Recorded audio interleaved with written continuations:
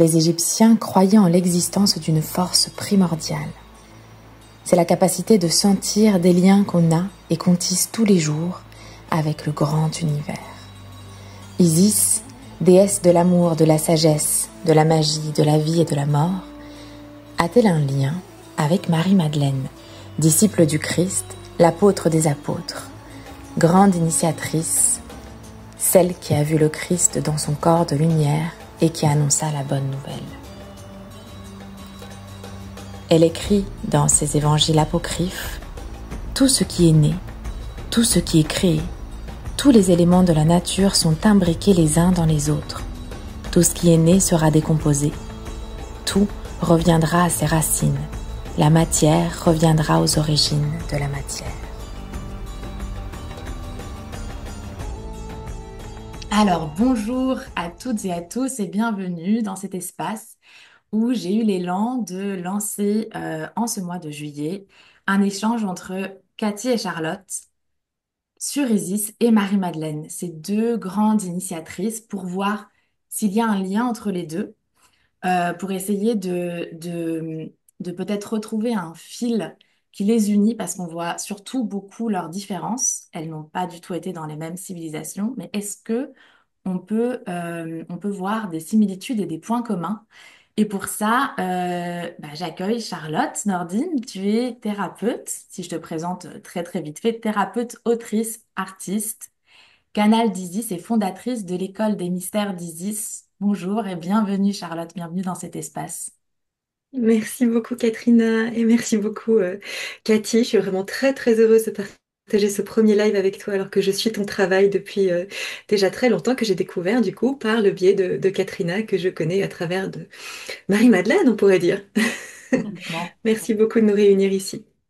Et Cathy Maury, tu es conférencière et tu parles beaucoup du féminin sacré et de la primosophie. Tu vas nous en parler tout à l'heure.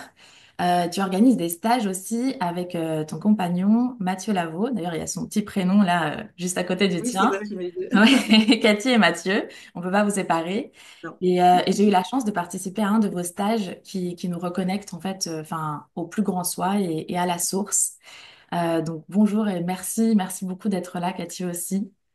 Ah mais merci, je vais paraphraser Charlotte, mais merci beaucoup pour cet élan de nous avoir proposé de nous rencontrer. Et moi, je suis très heureuse de pouvoir te rencontrer, Charlotte, parce que moi aussi, je suis ton travail depuis très longtemps. Tes livres sont absolument formidables. Sagesse d'Isis, initiation fantastique, vraiment. Donc, merci beaucoup. Mm. Je sais pas du tout ce qui s'est passé au mois de juillet, mais j'ai vraiment senti une énergie qui me poussait à prendre la parole, à vous rassembler, à ouvrir la caméra. Et pour commencer, déjà le mois de juillet, je voulais juste citer qu'il y avait un jour dédié à Marie-Madeleine, c'était le 22 juillet. C'est le jour où l'Église catholique a décidé de la célébrer. Et j'ai découvert en ce mois de juillet que c'était aussi un jour qui était dédié à Isis. Je ne sais pas si vous savez, je ne sais pas s'il y a d'autres jours, Charlotte, tu nous diras, mais dans le calendrier de l'Égypte antique, il y avait des jours hors calendrier qui étaient nommés des jours épagomènes. Et le 22, c'était le jour où on célébrait la naissance d'Isis. Enfin, on la célébrait. Donc dans Le ce... 17. Le Pardon, 17, c'était le 22. Le 22, c'est Marie-Madeleine. Marie-Madeleine, mais dans les jours épagomènes, enfin, en tout cas, j'ai lu que c'était aussi rassemblé, enfin, c'était aussi dédié à Isis. Et le Ah, 17, et c'est le le 17, c'est son 17. jour de naissance, alors, c'est ça? Ouais, oui. Enfin, en fait, ce qui se passe, c'est que dans la mythologie, il y a donc la naissance des dieux qui sont nés de la voûte céleste, qui est la déesse Nout, qui a eu ses enfants avec Geb, qui est le dieu de la terre. D'ailleurs, c'est assez rigolo qu'en Égypte, la terre, c'est un dieu masculin, Geb. Alors, donc, ils vont faire. Donc, elle va être toute grosse, toute enfantée avec ses enfants qui essayent de sortir de son ventre, mais ils peuvent pas. Et elle est dans des souffrances et des contractions pas possibles. Mm. Et Ra, son père, il lui a dit non, non, non, moi je veux pas que tu mettes au monde tes enfants. Donc, ce qu'elle fait, c'est qu'elle va chercher l'aide de Thoth, qui est ce grand être intelligent et qui est avec nous depuis la nuit des temps, qui a créé l'œuf cosmique en fait, quasiment. Et lui, il va aller jouer à un jeu avec la Lune. Et il va aller prendre un peu de lumière à la Lune tous les jours pour créer des nouveaux jours. Et donc, en fait, il joue à une petite ruse. Et c'est pour ça, en fait, que ces jours, ils sont considérés, enfin, il disait que ce sont des jours maléfiques, les jours épagomanes. Mais en fait, ils sont pas Hmm. vraiment maléfiques dans le sens où, en fait, ils nous voudraient du mal. Mais c'est-à-dire qu'en fait, ils sont hors du temps. Ils sont hors de l'ordre sacré parce que c'est comme si, pour donner naissance à tous les dieux qui étaient dans le ventre de Nout, on a dû faire un gros tour de passe-passe, un gros tour de magie divine. Et alors, il y a d'abord Osiris qui sort du ventre de Nout le 14. Ensuite, il y a Horus l'Ancien, donc qui n'est pas le même que Horus, qui est ensuite venu depuis l'union de Osiris et d'Isis. Il y a Seth, qui est donc considéré comme Satan. Et il y a après Isis et sa sœur Nephthys. Donc 14, 15, 16, 17 Isis et 18 Nephthys. Et Nephthys qui est un peu, on pourrait dire, la Vierge noire, l'aspect d'Isis qui est voilée, qui est la gardienne du seuil et puis qui aide les défunts à passer, à transiter et à aller vers d'autres mondes.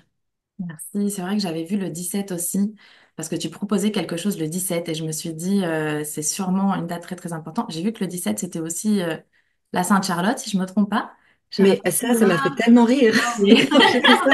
Oui, parce que Isis, elle dit, et ça serait vraiment chouette qu'on trouve une occasion de célébrer, de faire quelque chose. Et donc, on a décidé de faire ça ce jour-là du 17, le jour de son anniversaire. Mais en fait, c'était surtout une excuse pour Isis de pouvoir apporter tout son amour, encore une fois, et puis nous rappeler à quel point on était aimés et choyés et soutenus durant cette incarnation. Donc, on a fait une magnifique célébration qui a duré 2 heures et demie en ligne.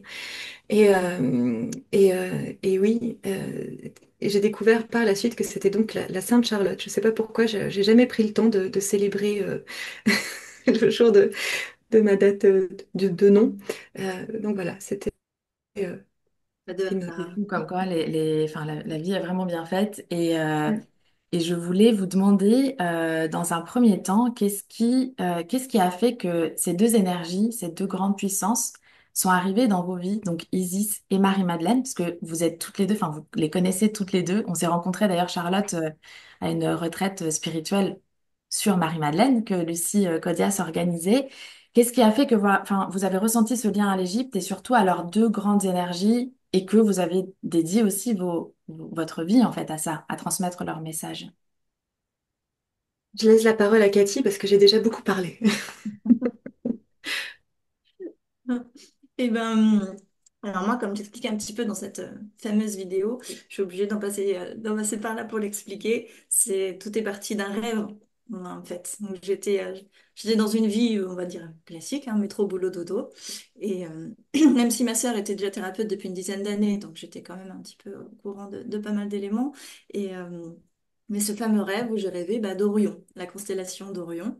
Donc des étoiles, des 4 étoiles, on va dire cadres qui entourent la constellation d'Orion, où je voyais vraiment quelqu'un les placer dans le ciel, ces étoiles cadres d'Orion. Et à l'époque, quand j'ai fait ce rêve, j'entendais vraiment Orion dans ma tête, mais je ne savais absolument pas ce que c'était. À l'époque, inconnu. Et dans le rêve, j'entends ça et je sens que je suis là. Alors, je sais pas si c'est moi ou une présence où à travers les yeux d'un être qui est là, en tout cas, je ressens une colère, mais une colère énorme. Et je dis à cette... Enfin, j'étais pas contente du placement des étoiles qui était fait, en fait. Et, euh, et à ce moment-là, cette entité, je ne sais toujours pas qui c'est, hein, qui plaçait les étoiles, me dit, bien, si tu n'es pas d'accord, tu as qu'à retourner sur Sirius. Et pareil, Sirius, à l'époque, je ne connaissais pas, je savais absolument pas ce que c'était. Et en me réveillant, je me réveille encore avec la colère. J'avais encore la colère au réveil. Donc c'était fou. Et je suis allée voir sur Internet ce qu'était Orion Sirius, forcément, parce que je me dis là, c'était tellement fort, quoi, vraiment. Et forcément, Orion Sirius, ça m'a amené à Isis, Osiris, puisque c'est les représentations qu'on donne dans les étoiles, donc aux dieux de Isis et Osiris pour Orion et Isis pour Sirius de l'étoile. Et ça m'a amené bah, forcément à travailler sur toute cette mythologie égyptienne. Et je suis tombée notamment sur les travaux donc de Mathieu Lavaux. Et dans ses travaux, sur la vidéo que j'ai vue, il disait expressément, les étoiles d'Orion ne sont pas placées au hasard. Alors je dis là, faut que je le contacte. Et on s'est mis à faire nos recherches ensemble avec la primosophie, notamment, moi qui m'a énormément parlé. Et quand on commence à s'intéresser bah, à toute la mythologie égyptienne, donc beaucoup Isis. Il y a quelque chose en moi qui m'a amené vraiment sur Sirius, bah, cette notion de Sirius, Isis que j'ai creusé et on tombe sur la notion de féminin sacré. Je suis vraiment sur cette explication qui m'a beaucoup parlé aussi. J'ai voulu creuser, faire des recherches. Et le féminin sacré avec la France, bah, c'est Marie-Madeleine. Et donc ça m'a amené aussi à ces énergies-là. Et donc à travailler notamment en primosophie. Donc je fais beaucoup de recherches sur cet aspect, on va en parler, justement sur ce que c'est, comment ça fonctionne, pour après mettre ce qu'on a pu trouver en primosophie ben, en pratique, du coup, Hmm. Et sur si je ne me soi. trompe pas, il y avait aussi quelque chose dans les étoiles avec ton prénom, avec le Oui, ah oui. K-A-T-Y. C'était la petite cerise sur le gâteau. Non seulement déjà le rêve, quand j'ai regardé sur Internet, parce que je ne savais pas ce que c'était Orion Sirius, quand j'ai regardé sur Internet, je vois Orion, je vois qu'effectivement c'est une constellation d'étoiles. Donc je me dis déjà, bon, ça correspond. Et en plus, les 4 étoiles que j'avais vues qui étaient placées donc par cette entité, je ne sais pas qui c'était, quand on regarde officiellement aujourd'hui par les astronomes, ces étoiles-là sont dénommées Kappa, Alpha, Tau et Gamma. Donc K-A-T-Y. Et c'est comme ça que s'écrit mon prénom aujourd'hui. K-A-T-Y. Donc voilà, là je me suis dit, il y a un message, il faut que je creuse, faut que j'aille voir. Merci, incroyable quand même. Hmm. Et pour toi, Cathy, en fait, le lien avec Sirius, moi, ça m'intrigue beaucoup, en fait, parce que Sirius, pour moi, il représente tellement de choses aussi différentes. Pour moi, c'est vraiment une planète école aussi, dans le sens où moi, je fais des rêves astro, je me retrouve sur Sirius, et là, je suis dans des écoles, je me fais informer de choses, en fait, enfin, que je ramène après bah, sur Terre, mais c'est souvent de manière complètement subconsciente, et puis je sais pas forcément exactement, mais tout d'un coup, il y a tac, tac, tac, ça se met en place dans la vie, et puis je sais que c'est ça que je dois transmettre à ce moment-là, puis j'ai l'impression euh, il y a comme des universités de lumière et il y a des êtres de beaucoup de galaxies différentes qui peuvent aller sur Sirius pour aller récolter, s'informer et recevoir ces sagesses. Et pour moi, il y a quelque chose aussi de l'ordre de l'utérus cosmique de la mère divine qui est ce grand contenant d'informations euh, qui est amour en fait, parce qu'il nous relie. C'est comme si en fait il y avait des tissages bah, aussi la mère araignée, à quelque part, le tissage dans toute la galaxie qui pouvait arriver pour se réunir à Sirius, qui reste aussi le grand soleil central autour duquel, enfin, qui est aussi un point d'accès vers, vers la source galactique, à quelque part. Donc pour moi, en fait, Sirius, en lien avec Isis, enfin, c'est tellement transcendant en fait. Enfin, pour moi, je suis qu'au balbutiement de la compréhension de tout ce que ça veut dire en fait, parce que aussi dans la mythologie égyptienne, il nous parle de Isis qui a rusé pour avoir le nom secret de Ra. Et Ra, qui est donc le dieu solaire, qui a qui finalement, ben, dans l'histoire, il commençait à devenir un peu vieux. Mhm. Et puis il était tout le temps en train de faire la même chose. Et puis tous les autres dieux commençaient à se lasser un peu de lui. Ils pensaient qu'il était le plus fort et puis que personne ne pouvait lui enlever de son trône. Mais en même temps, bah, franchement, on avait besoin d'un peu de nouveauté. Et, et dans sa faiblesse, là, bah, tout d'un coup, bah, Isis vient prendre son nom secret, mais à quelque part aussi, elle le magnifie. Et donc, c'est comme si ce rat, il était le dieu solaire de notre système solaire et que il était sous la gouvernance, à quelque part, de ce portail de féminin sacré, alors que Ra, lui, il est masculin sacré, on pourrait dire, et que il circonvolue avec Isis ou avec Sirius, qui du coup va donner encore une autre teinte, une autre, une présence encore plus vaste, une présence encore plus grande, parce que reliée à ce grand berceau de création qui relie aussi au centre galactique. Et, euh, et quand je me relie à Isis, moi je vois pas forcément en fait Souvent elle prend la représentation bah, de cette déesse parce que c'est plus facile pour nous de comprendre et puis de mettre une image. Souvent cette forme de personnification de la part des divinités. Mais moi, je la vois très souvent sous une forme de lumière, comme un grand soleil qui brille.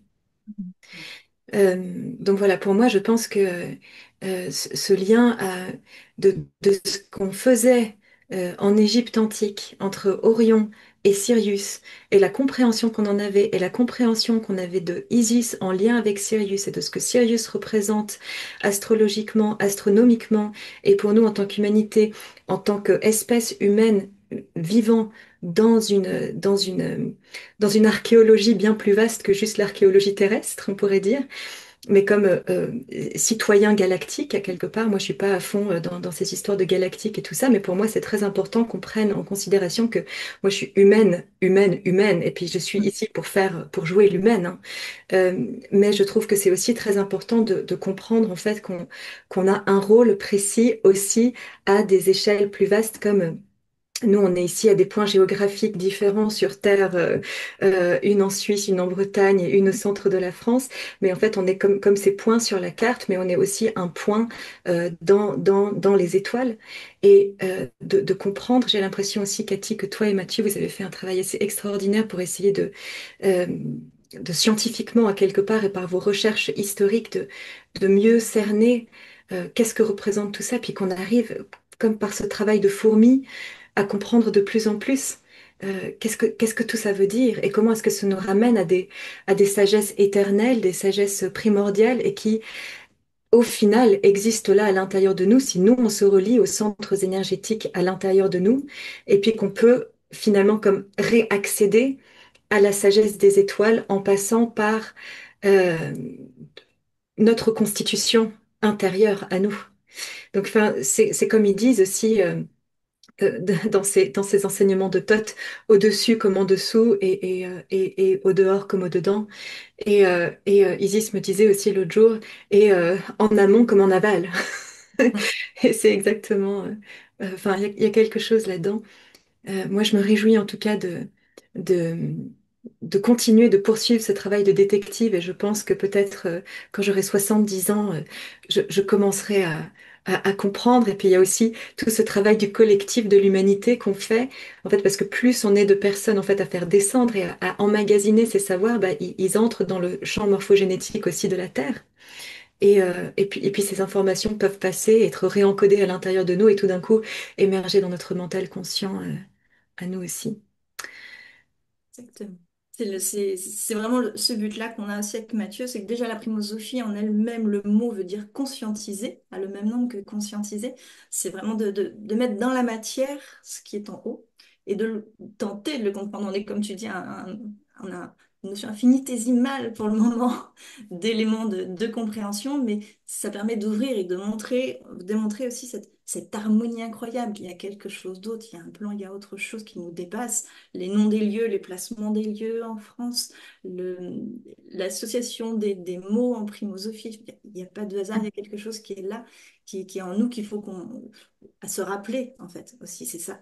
Et de démontrer cette harmonie qui est en dehors, mais qui est aussi en nous, finalement. Mhm. Et vraiment de pouvoir le faire conscientiser, le faire revenir à la conscience sur Terre. Effectivement, en restant terrien. Hmm. Ouais, Terre. c'est Ouais. c'est vraiment ça aussi que Isis me dit très souvent, c'est qu'en fait on doit, si on tout ce processus d'éveil, il doit passer par le corps. Pour moi, il y a quelque chose là-dedans, dans les enseignements du féminin sacré, qui sont aussi bien représentés par Marie-Madeleine que par Isis, que par tant d'autres lignées, en fait, que la mère divine, en fait, elle se présente à nous non seulement par le quotidien, par les événements de la vie. On pourrait croire que ah bah la quête de la mère divine, tout d'un coup, ça va devenir un peu tout rose ou je sais pas quoi, parce qu'on serait comme baigné dans des énergies d'amour. Mais dans son amour, elle nous amène aussi parfois des situations confrontantes, mais qui à chaque fois ouvrent ces petites bulles de nouvelles consciences et de nouvelles sagesses. Et c'est ça aussi que ça me fait penser du coup à ce que je voulais dire au sujet de Sirius, comme cette grande sagesse. Euh, et planète de sagesse, et le féminin sacré qui est relié à cette sagesse, sagesse primordiale, primosophique. Et ouais, vraiment Oui, merci pour sérieux. ça. Ouais. Oui, oui, Ouais. sérieux, je le ressens comme ça aussi. Je sens aussi que je fais des voyages, des passages là-bas, aussi, je ramène comme toi inconsciemment, hein, par contre, effectivement, hein, des choses. On m'avait même dit que Sirius pouvait être le nom d'un vaisseau. Enfin, ça, c'est une considération peut-être aussi un peu galactique. Ou même, il avait été dit qu'à la base, les guerres qui s'étaient passées, en fait, c'était tous ceux qui venaient de la Lyre étaient arrivés sur Sirius. Donc, toutes les sagesses avaient été mises sur le système Sirius, parce que d'ailleurs, normalement, il y a 3 étoiles même. Enfin, c'est tout un Ouais. système Mhm. général, que même sur Terre, l'étoile Sirius B et Sirius C n'étaient pas connues par les scientifiques. C'est le peuple des Dogons au Mali qui avait dit que les dieux étaient descendus sur Terre de Sirius, qui venaient de Sirius, et leur avaient appris toute la sagesse, justement tout ce qu'ils savent pour continuer à vivre, et étaient repartis sur Sirius. Ouais. Effectivement, Je il y a... crois qu'ils ont toujours pas. Est-ce qu'ils ont trouvé maintenant parce que Sirius B, on peut le voir maintenant, mais Sirius Ah là, C, on peut toujours pas le voir, hein. non, non, toujours Et pas. justement, parce que Sirius B, donc Sirius A, c'est Isis apparemment, et Ouais. Sirius B, c'est son fils adoptif, Ah, et Anubis. ouais. Anubis, en fait, qui dans la mythologie est issu de l'union de Nephthys, qui s'était déguisée en Isis, parce qu'elle Oui, était mariée avec Seth, et franchement, c'était pas très rigolo pour elle. Elle trouvait qu'elle avait un mari pas très aimant. Et puis elle voyait Isis et Osiris qui étaient dans une si belle union d'amour. Et donc elle était dans le jardin un soir, elle s'était faite maquiller, habillée comme Isis. Puis elle était assise au bord de la fontaine sous l'oranger. Et elle pleurait, parce que pleurait de tristesse de sa vie, tellement son cœur brisé. Et là, Osiris arrive et lui dit, «Ah, mais ma femme, mais que se passe-t-il?» Et puis des bisous, et ils finissent par faire un enfant. Et là, donc pour elle, c'est le drame le plus total, parce que si Seth découvre ça, bah, ils se font tous zigouiller. Donc elle doit se cacher, elle vit 9 mois cachée pour pouvoir quand même donner naissance à cet enfant. Et elle le dépose au bord de la rivière. Un peu Moïse quand même, hein. Louise. Mm. Ouais. Et là, Isis vient le récupérer et elle l'élève comme son propre enfant. Et, euh, et Anubis, bah, il a cette tête de chacal. Et ce qui est intéressant, c'est que bon, ben, genre, lui, quand même, né enfant, un peu entre les deux mondes, il a un père, mais il peut pas vraiment être reconnu par son père. Il a une mère qu'il aime inconditionnellement, donc il a toujours cette mère divine qui est là. Mais lui, dans l'un symbolique, ben, en fait, c'est aussi un de ces gardiens du seuil qui nous permet de voyager dans la douate, dans ce passage invisible de l'astral entre la vie et la mort, pour pouvoir atteindre la vie éternelle. Et d'ailleurs, c'est un très très grand chaman. Et dans la lignée christique, il serait associé à Yohanan, à Jean le Baptiste. Donc ce sont des...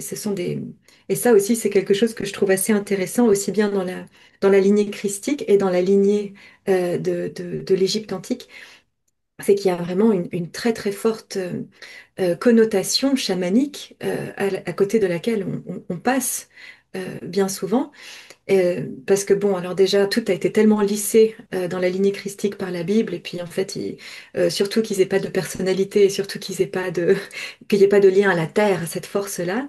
Mais Marie-Madeleine m'avait dit une fois que elle- c'est elle qui avait enseigné, donc son essence, qui avait enseigné, qui avait transmis aux Amérindiens le chamanisme tel qu'on le connaît là-bas.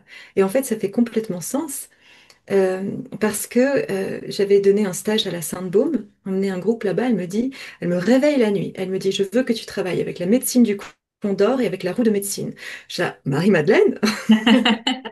Oui, Et ouais, en c'est fait, pas ça faisait forcément. complètement sens. Hmm. Ouais, Et complètement. j'avais justement pour euh, faire le pont entre Marie-Madeleine et Isis, et enfin les étoiles et l'univers, on a tendance à associer Isis beaucoup à Mère Marie, de par, enfin dans les sculptures ou du par le fait qu'elle-même était une mère. Et donc on pense pas forcément à faire le lien Isis-Marie-Madeleine. Et je voulais vous demander à toutes les deux ce qui vous vient en rapport bah, à ça, aux éléments, comme tu parles du chamanisme, Charlotte. Comment est-ce que Marie-Madeleine était connectée à cette grande mère divine euh, enfin voilà, comment et pourquoi elle était aussi connectée à la grande mère divine, Marie-Madeleine, pour la ramener dans la même, comment dire, source qu'Isis. Est-ce que c'est un enseignement qui s'est poursuivi? Quelles sont les différences de cet enseignement? Mhm. Qu'est-ce qui vous vient à ce sujet? Tu veux commencer, Cathy? Il y a des... Bah, par exemple, oui, je peux bien passer. Euh, moi, je me ramène toujours un petit peu à la primosophie parce que ça ramène, un lien qui se fait. Et tu vois, Marie-Madeleine, c'est aussi l'association terre plus eau. C'est le même nombre. Par rapport, Hmm. tu vois, comme tu disais, aux éléments. Ce qui, pour moi, correspond parfaitement, tu vois. C'est ce qui la relie à la terre aussi, pour moi, directement, sur cette mère divine. Et elle est comme terre plus eau, tu vois, ça donne le terreau fertile. C'est-à-dire qu'elle va être vraiment cette terre qui va permettre de faire éclore les graines qu'on va planter et qui ont été mises en place par la mère divine, et elle va permettre, elle, cette matérialisation et cette éclosion, en fait, de tous ces éléments qui ont été mis en place. Moi, je le vois vraiment aussi comme un des rôles de Marie-Madeleine, un des rôles, parce que c'est c'est énorme, en lien avec cette mère divine et ces éléments-là. Ah, merci beaucoup. Passionnant. Moi, c'est vrai que, enfin, c'est une question que je me pose depuis un certain temps. Et puis, en fait, j'ai pas lu de livre à ce sujet entre le lien et des choses comme ça, mais c'est vraiment issu de mes propres réflexions autour de tout ça. Déjà, en fait, je trouve que souvent, on présente Marie-Madeleine comme étant, en fait, une facette peut-être plus terrienne, plus terre. Et pour moi, en fait, c'est pas si clair que ça que Isis serait pas foulée de la terre, enfin, ses pieds de la terre. Ouais, bon, vous voyez ce que je veux dire. Et puis, donc, je pense qu'elle a apporté déjà elle, moi j'associe très très fort Isis à la lumière christique.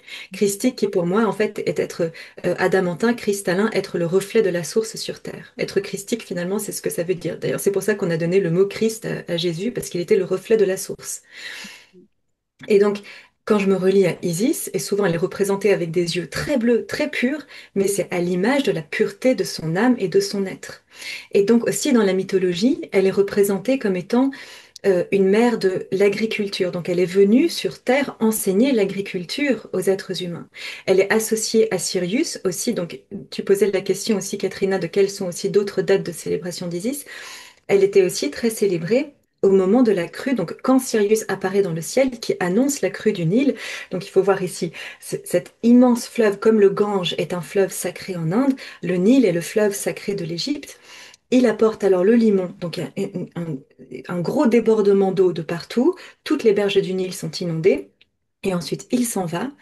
Et là, il laisse le limon fertile sur les terres. Et là, les agriculteurs, mais en fait, les agriculteurs qui sont en fait des gens comme vous et moi qui ont juste besoin de se nourrir à l'époque, vont semer leurs petites graines et vont pouvoir se nourrir grâce à la mère divine. Donc, il y a cette idée de la graine, de l'ensemencement, du divin qui va apporter, parce que le fleuve est aussi à l'image de la Voie lactée. Et on voit aussi sur beaucoup de temples en Égypte, on voit ces représentations d'Isis ou d'Hathor qui donnent le sein soit à Pharaon, ou alors dans la mythologie aussi, Hathor répare l'œil qui a été arraché par Seth euh, chez Horus parce que donc c'était en train de tout s'infecter, il voyait plus rien, il était en train de errer dans le désert.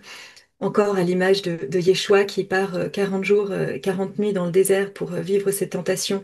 Et là, en fait, Horus, il pensait qu'il valait plus rien. Et là, Hathor débarque et le soutient avec son lait, ce lait nourricier, ce lait de la Voie lactée. Donc, encore une fois, au-dessus comme en dessous. Et euh, pour revenir en tout cas à cette idée de la mère fertile, la mère qui enseigne aux habitants de la terre euh, quelque chose de sacré, quelque chose qui nous fait vivre et quelque chose qui n'est pas séparé. En fait, qu'il n'y a pas de différence entre ce qui est sur Terre et ce qui est au-dessus. La graine existe sur Terre aussi. La graine nous nourrit. La graine est force de vie. Et ce que nous mettons à l'intérieur de nous, ce que nous avons fait pousser et cultiver, est sacré. Donc là aussi, on est dans une notion chamanique, on pourrait dire de pas séparer les choses, mais en fait de revivre une vie consacrée. Donc ça, c'était quelque chose qui était aussi très présent, que ce soit dans la vie des Essénéens ou que ce soit dans la vie des Égyptiens, c'est que on priait, on dansait, on invoquait le divin, que ce soit le divin de la terre, que ce soit le divin des étoiles, dans tout ce que nous faisions, dans nos relations, dans nos façons de penser, dans nos façons de nous exprimer, dans aussi bien en araméen qu'en égyptien classique, il y a 7 degrés de lecture différents, symboliques, imagés, énergétiques et on va dire plus factuels. Enfin, il y a tellement de dimensions. Moi, je ne sais pas encore lire les hiéroglyphes, j'aimerais beaucoup apprendre de mon vivant. Et, euh, mais en tout cas, on sait qu'il y a une complexité que nous, peut-être, on a perdu. On essaye d'expliquer des choses qui sont... heureusement qu'il y a des énergies qui sont dégagées de nous quand on parle pour que puisse y avoir quelques rayonnements aussi dans ce qu'on dit qui peuvent être reçus par le corps de lumière de tout à chacun d'entre nous. Mais on ressent les choses. On fait partie de ce monde, on fait partie de cette cosmogonie. Donc ça, Isis vient nous l'enseigner. Et de la même façon, et c'est vraiment génial en fait que la primosophie nous le montre aussi, parce qu'il y a donc cet utérus cosmique de la mère divine, cette eau primordiale, ce placenta primordial, qui est cette eau cristalline, qu'on va retrouver aussi, à mon avis, à l'intérieur de la Terre. Moi, je vois l'intérieur de la Terre comme où il y aurait en fait pas tout au cœur de la Terre, mais il y aurait des grottes cristallines et il y a des eaux très très pures à l'intérieur de la Terre. Donc en fait, on va retrouver ces eaux cristallines dans la Terre, on va les retrouver dans l'utérus cosmique de la Mère divine, qui est l'espace depuis lequel toutes nos âmes et toute la création a été engendrée. Ensuite, il y a cet utérus cosmique, bah, on va retrouver son homologue vivant dans notre chakra sacré. Et la dernière chose, et donc en fait, oui, donc il y a cette idée de faire union entre l'eau primordiale, l'eau terrestre, mais l'eau à la surface de la Terre est quand même très très souillée, mais à mon avis, en fait, ce sont les eaux primordiales de l'intérieur de la Terre qui vont remonter, un peu à l'image de Noé, le déluge. Je sais pas exactement comment ça va se passer. Et puis j'ai perdu le fil parce qu'il y avait quelque chose de très important que je voulais dire, mais je suis persuadée que ça va revenir Ah oui, voilà, merci. Il y a aussi un autre point qui nous rassemble avec Isis et Marie-Madeleine. Et ça, euh, donc, j'ai passé des heures sur votre calculateur de primosophie. Il m'éclate. Je trouve ça top délire. Incroyable. Ouais. Et là, je vois que Isis est en lien avec l'énergie archangélique. Et je trouve ça super intéressant parce que c'est pas pour rien qu'elle est représentée avec ses grandes ailes. Donc pour moi, il y a une énergie archangélique qui est très forte aussi. Et vous avez certainement lu le Code Sophia de Kayara. Et dans sa description de Marie-Madeleine, et moi c'était la première fois que je voyais quelqu'un décrire Marie-Madeleine comme étant une énergie archangélique. C'est le 1000 ans, oui, je crois. Le Oui. chapitre s'appelle comme ça. Oui, Ouais. exactement. Et donc en fait là aussi, on a quand même un point d'union entre Isis et Marie-Madeleine.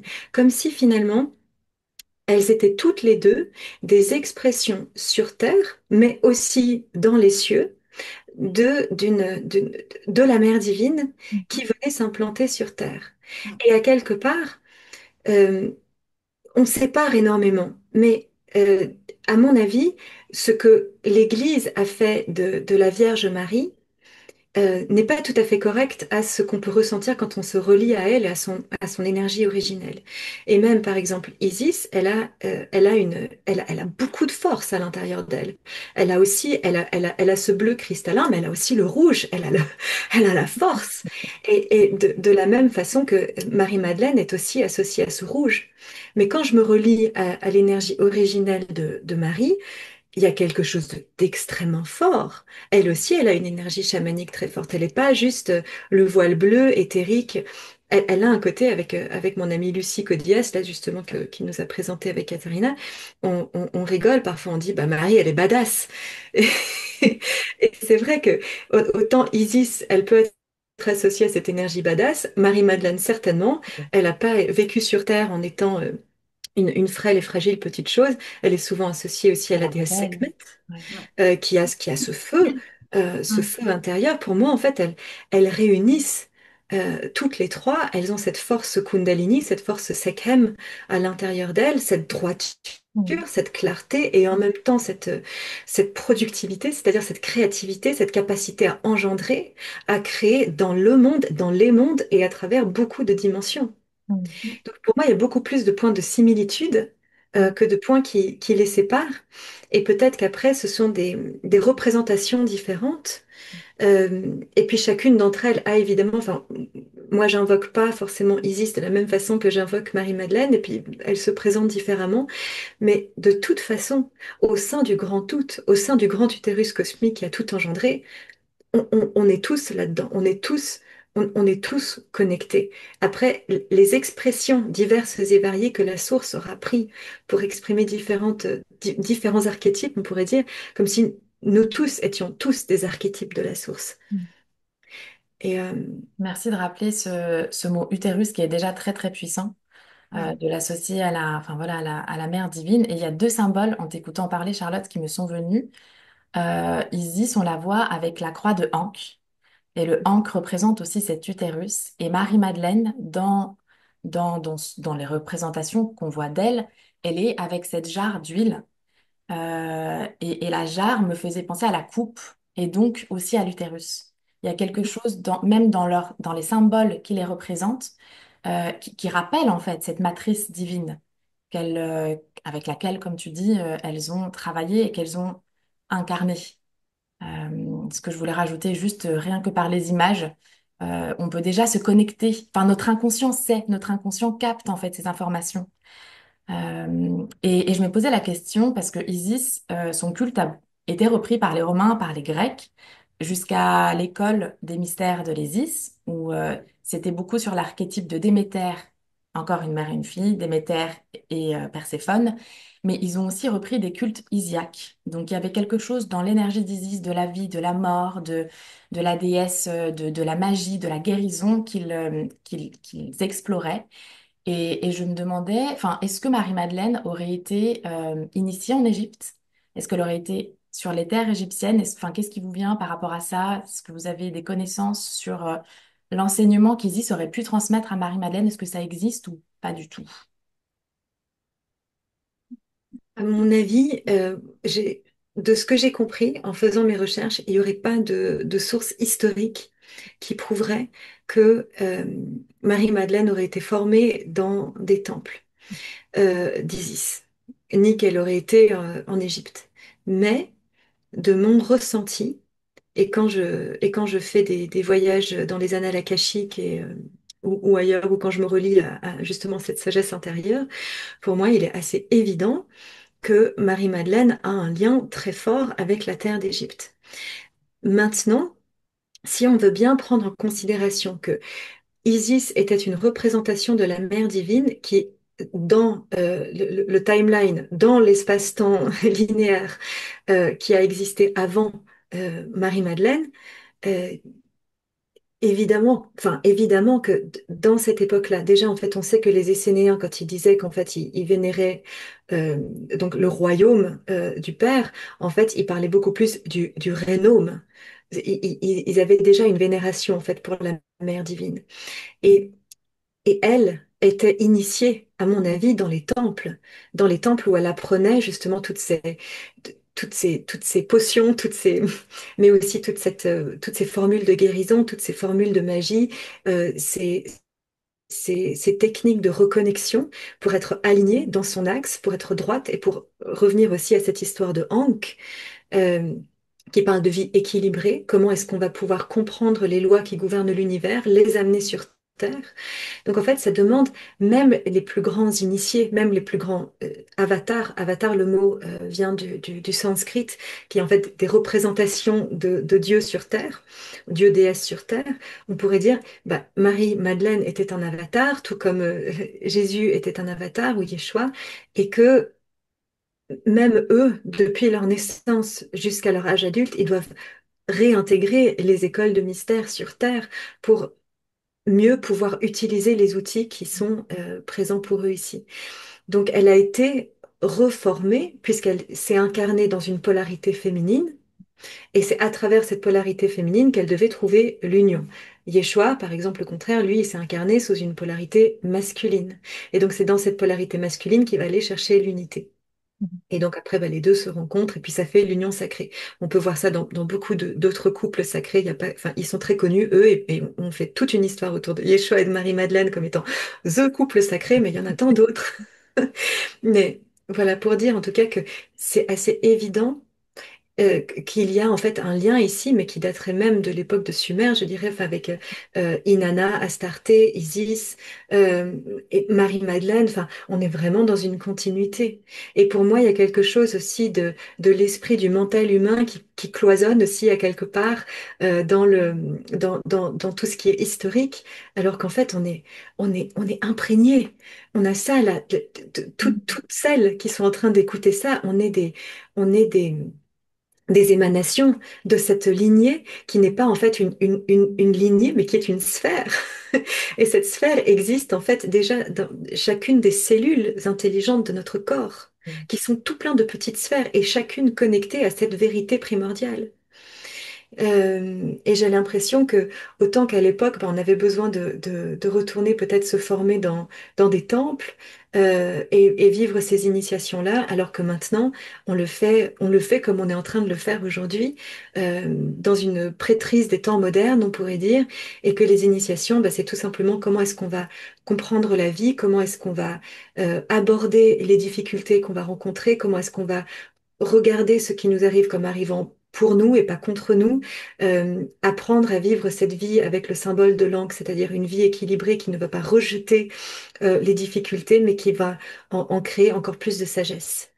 Donc ça, je pense que c'est quelque chose que Marie-Madeleine a certainement appris dans les temples égyptiens qui euh, mettaient un point d'honneur sur la transmission de cette vie équilibrée.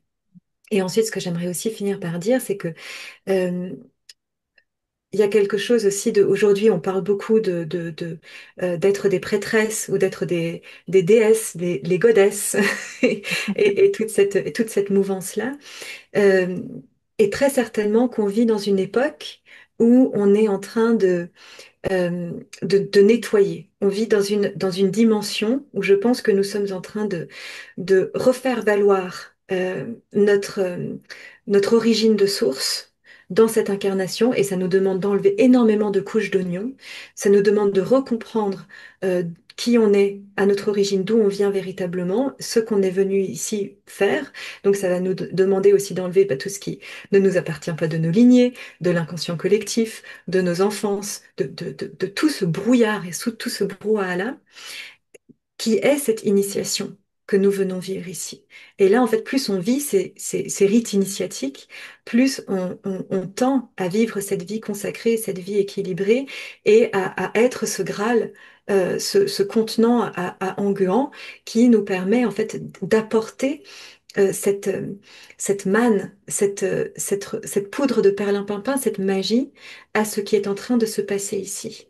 Comme pour faire le lien, le pont de notre véhicule physique, de notre vivant entre le ciel et la terre. Et ça, c'est quelque chose que je pense fait partie de toutes les écoles de mystère, toutes les écoles de mystère anciennes. Et que ça a été perdu certainement aussi à l'époque de, tu faisais référence avant Katrina avec à l'époque grecque. Moi, je ressens moins cette sagesse-là dans l'Égypte avant sa chute, on va dire. Il y a eu l'invasion d'Alexandre le Grand, et puis après, bah, tous les, en fait, effectivement, le mythe de Isis s'est transformé progressivement parce qu'en fait, il y avait l'Église copte qui était l'Église chrétienne. Ils ont essayé par tous les moyens d'éradiquer le culte d'Isis. Ils n'ont pas réussi. Finalement, ils l'ont transformé en Marie.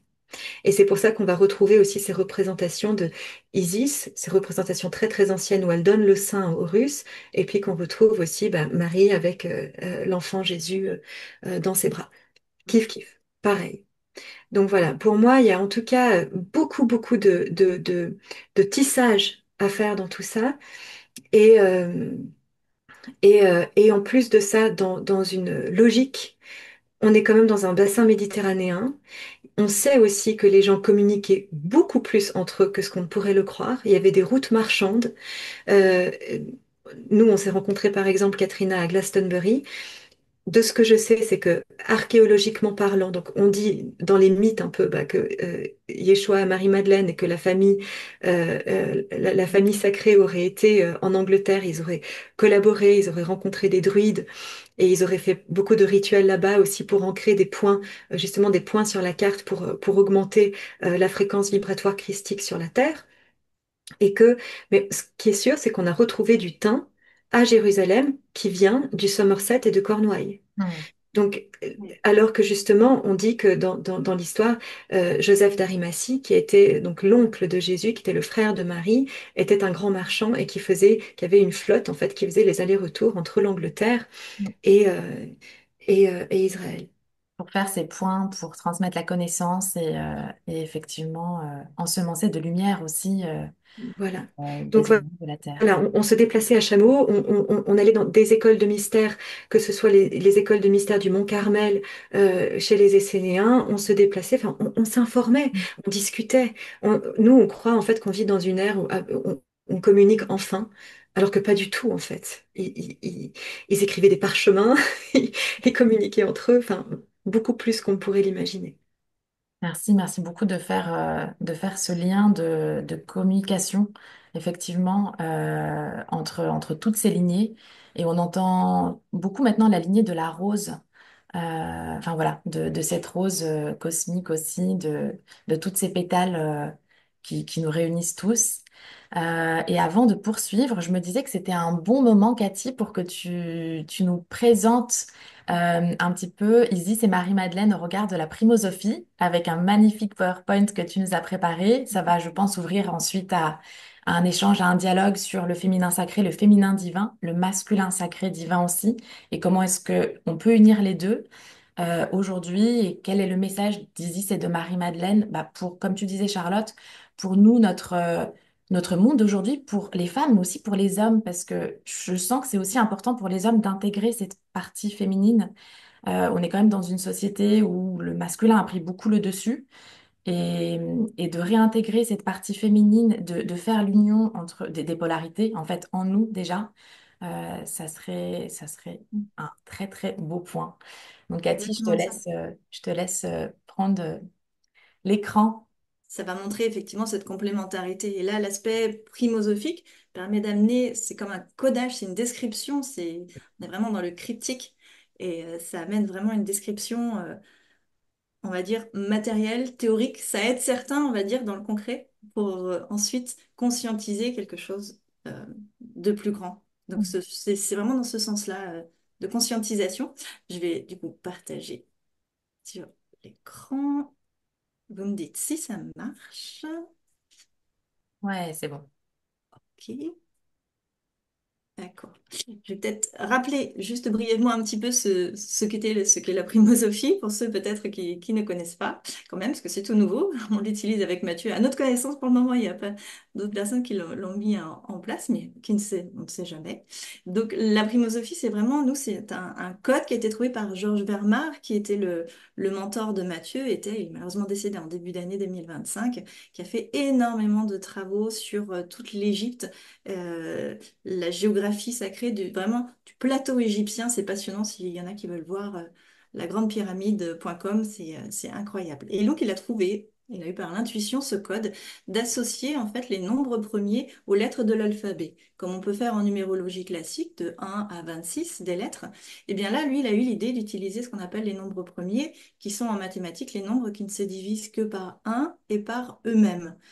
Et déjà, euh, dans l'aspect symbolique, c'est hyper intéressant ce codage-là, puisque le nombre premier, c'est un peu comme nous, comme disait Charlotte, on est le tout à la fois et on s'est individualisé et incarné. Il y a le moi, on peut dire, et puis le soi. Donc c'est hyper intéressant au niveau symbolique. Et en mathématiques, en plus, aujourd'hui, il y a un énorme mystère autour de ces nombres premiers, puisque il est impossible aujourd'hui de déterminer, ils n'ont toujours pas trouvé quel est l'agencement de ces nombres premiers, l'espacement entre chaque nombre. Ils n'ont toujours pas trouvé. Donc il y a vraiment un mystère en plus autour de ces éléments-là. Donc on utilise ces nombres-là. euh, pour faire un codage avec les lettres de l'alphabet et en français. On va nous dire souvent, bah, pourquoi que le français? Mais c'est que, effectivement, hein, toutes les langues qui fonctionnent avec les lettres latines qu'on a peuvent donner des correspondances, mais les correspondances et le message qui est délivré par la langue française est très particulier, en fait.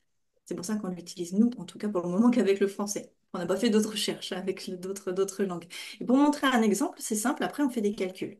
Donc on prend chaque lettre, chaque nombre qui est associé à la lettre, et puis on calcule combien va faire un mot complet ou une expression complète. Un premier exemple qui était étonnant, c'est que bien et mal, ben, vous voyez, ça fait exactement le même nombre, 69. On pourrait croire que c'est l'inverse, mais non. Donc encore une fois, ça montre vraiment euh, qu'il n'y a pas de dualité réelle, tout est là, en fait, le bien et mal. Donc, c'est pour ça on voit quelque chose avec la primosophie, on le détermine numériquement, mais on en donne une signification. Parce que souvent aussi, c'est bon, c'est bien beau, et alors?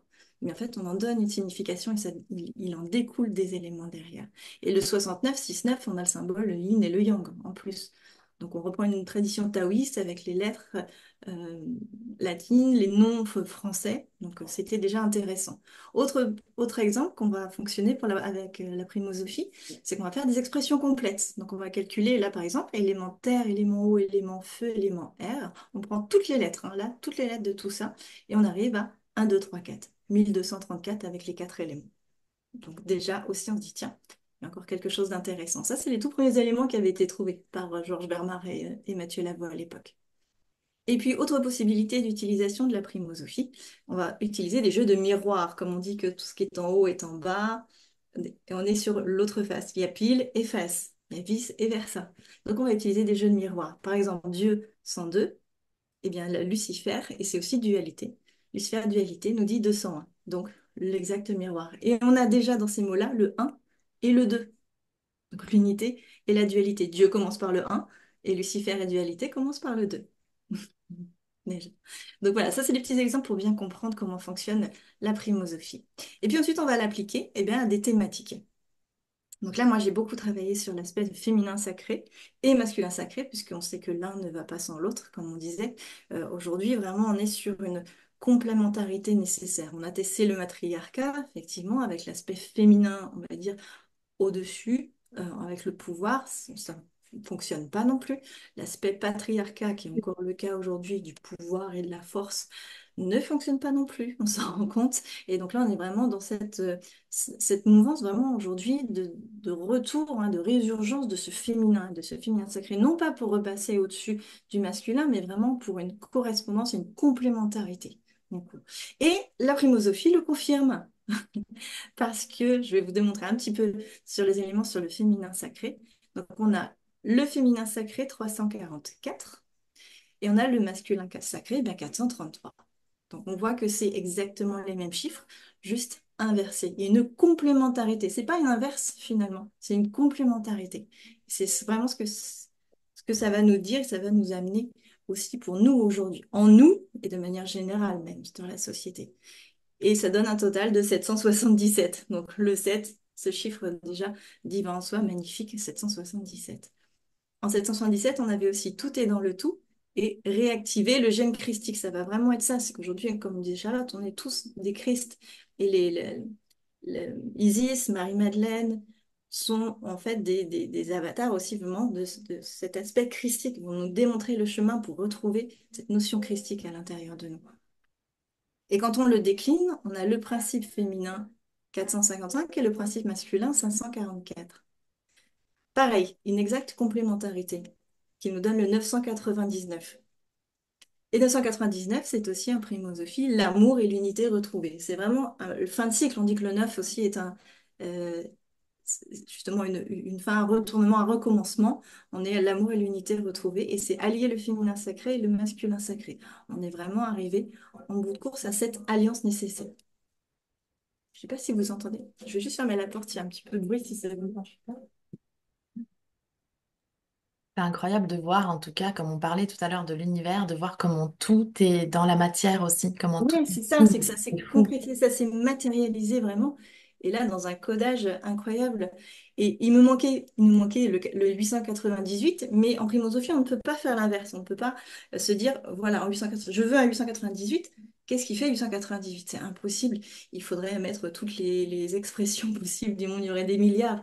Donc c'est à nous, c'est ça qui est intéressant dans la primosophie, c'est que c'est à nous de chercher, de trouver par intuition, par envie, les mots et les taper après dans le calculateur. Je vais en parler, il y a un calculateur hein, qui est sur Internet qui permet de faire les calculs automatiquement et qui donne toute la base de données qu'on a. Mais c'était à nous de les trouver. C'est à nous de trouver ces éléments-là. Et là, je me suis dit, OK, qu'est-ce qui représente vraiment pour moi cette notion de féminin sacré, de masculin? Le but, c'est qu'on retrouve cet équilibre entre les deux. Et pour moi, le 8, en plus, c'est l'équilibre sur la façon dont on a de le dessiner. Donc, je me suis dit, eh ben, je vais taper l'équilibre du féminin et masculin. On va voir. Et là, magie, l'équilibre du féminin et masculin, 888. C'était juste incroyable, mais je sautais de joie. Je me suis dit, mais waouh, mais, mais comment c'est possible? Donc c'était incroyable.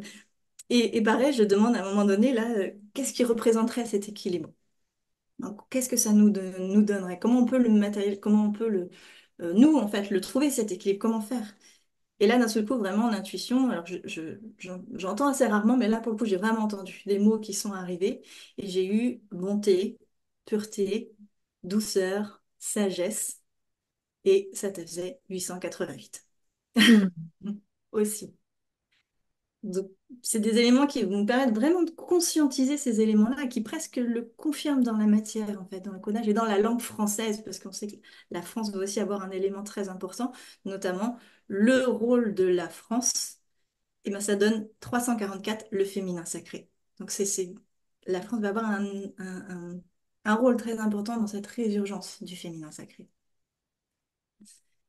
Et on va parler un petit peu d'Isis en primosophie. Donc, Charlotte, tu as dû regarder, j'imagine, le voir. Et je trouve ça incroyable. Isis, pareil. Le I en primosophie, c'est le 19 et le S, c'est 61. Et regardez, il y a juste à faire un retournement. On passe de l'autre côté du miroir. Donc Isis représente déjà en elle-même le côté pile et face de la force. Donc elle le représente par son nom. Alors en français, effectivement, avec Isis, euh, et grécisé, on va dire, version grecque. Et le 19, 61, donc déjà. Et le IS, bien évidemment, ça fait penser au bâton d'Asclepiolos. Je me trompe toujours sur le nom, avec ces deux serpents et le bâton qui retourne autour avec la guérison, cette notion de soin et de guérison. Et Isis, le 160, ça donne 160, qui est le mot femme, et le mot femme au pluriel, pas femme seule. Donc on a vraiment cette notion qu'elle prend en compte, cette notion globale des femmes, cet aspect féminin en tout cas, même si on va le voir, hein, bien évidemment, les hommes ont cette partie féminine également en eux à venir. Et rien que le S, en primosophie, ça donne le mot tout seul, femme. Donc on voit qu'elle a cette notion en elle. Et c'est vie, c'est le même nombre que femme, vie. Quoi de plus beau que la femme qui donne la vie? Et si on utilise les chiffres ensemble, donc on voit Isis, I et S, c'est 19 et 61. Donc si on peut jouer un peu aussi avec, vous voyez, donc si on reprend le 619, c'est-à-dire que si on met l'unité au centre, 619 avec les mêmes nombres, on a la quête du féminin sacré et l'androgynie originelle dont on était à la source. Hein, vraiment cette notion d'alliance des polarités féminines et masculines. Quelque chose qui est très amusant. Aujourd'hui, quand on nous demande une date, souvent la première chose qui vient, je suis allée trop vite, quand on nous demande une date, souvent on nous dit 1515. Quelle est la date qu'on se rappelle le plus? 1515. Je trouvais ça déjà étonnant, mais Isis, sur une calculatrice, si on l'écrit en bâton, ça fait 1515 déjà. Et 515, en primosophie, c'est le féminin sacré en soi. Le message de Marie-Madeleine, donc on a aussi cette alliance cette fois-ci entre le D qui est bien là, c'est que dans le nom même d'Isis, on peut retrouver ça. Un message d'amour est au centre du cœur. On va voir que c'est vraiment les éléments principaux des messages qui sont amenés, message de cet amour inconditionnel et que tout est en nous et on est dans le cœur. Et le 15-15, ce qui est intéressant, c'est que même à l'envers, 51-51, eh bien, ce sont les angles de la pyramide. 51-51, c'est l'angle de la pyramide, la grande pyramide de Gizeh, en Égypte. Et c'est aussi l'angle que forment les 4 étoiles de mon rêve, ensemble dans le ciel vu de la terre de Gizeh. L'angle est formé de 51-51. Ça aussi, c'est une chose. Quand on dit qu'Orion représente les pyramides sur l'Égypte, c'était assez incroyable. Et là, c'était Isis tout seul. Quand on fait l'alliance entre Isis et donc Osiris, son époux, il y a une alchimie incroyable, en principe même d'alchimie, puisque, je ne sais pas si vous connaissez un petit peu, en alchimie, on dit que à partir du plomb, on peut faire de l'or, physiquement, mais aussi le transmuter en soi. Or, Isis, 160, eh ben ça donne le même nombre que plomb, justement. Et on remarque que Osiris, en fait, dans l'écriture d'Osiris, eh bien, on a Isis et il reste la lettre OR de l'or. Donc on passe du plomb à l'or entre Isis et Osiris quand on sait que Osiris avait été tué par Seth, par son frère, qu'il a été reconstitué par Isis et Nephthys. On retrouve, je le fais vite, hein, mais reconstituer les morceaux pour ensuite redonner naissance à Horus. Donc là, Osiris, c'est vraiment Isis avec de l'or. Et O et R, les lettres O et R, ensemble, elles donnent le mot Dieu. Mais on entend en langue des oiseaux l'élément O et l'élément R, qui sont exactement le même nombre, l'O et l'R. Et vous voyez, les lettres O et R en elles-mêmes donnent le 102, qui est le même nombre que le Dieu, et O et R, les éléments, 79, 79, 158, eh bien ça donne le Père. Donc qu'on le fasse d'une façon ou d'une autre, avec OR ou OR en élément, on a Dieu le Père. Donc Isis, c'est le féminin avec Dieu le Père. Là encore, cette alliance féminin-masculin. Moi, je trouvais ça magnifique. Isis plus Osiris, si on fait l'alliance des deux, le 422, eh bien, ça nous donne amour plus sagesse. Donc cette alliance du féminin-masculin, en soi, aussi, va donner cette notion d'amour et de sagesse qu'on va retrouver en soi. Ça donne la grande pyramide et la vraie lumière. La grande pyramide, celle de Gizeh, même, dans laquelle justement tout a pu se passer avec Isis-Osiris. Et Isis-Osiris qui donne Horus, leur fils Horus. En- Quand on regarde l'œil d'Horus sur les hiéroglyphes, comment c'est représenté, on trouve qu'en fait, c'est exactement la glande pinéale que l'on a hein, au niveau du cerveau, euh, qui est en coupe, découpée.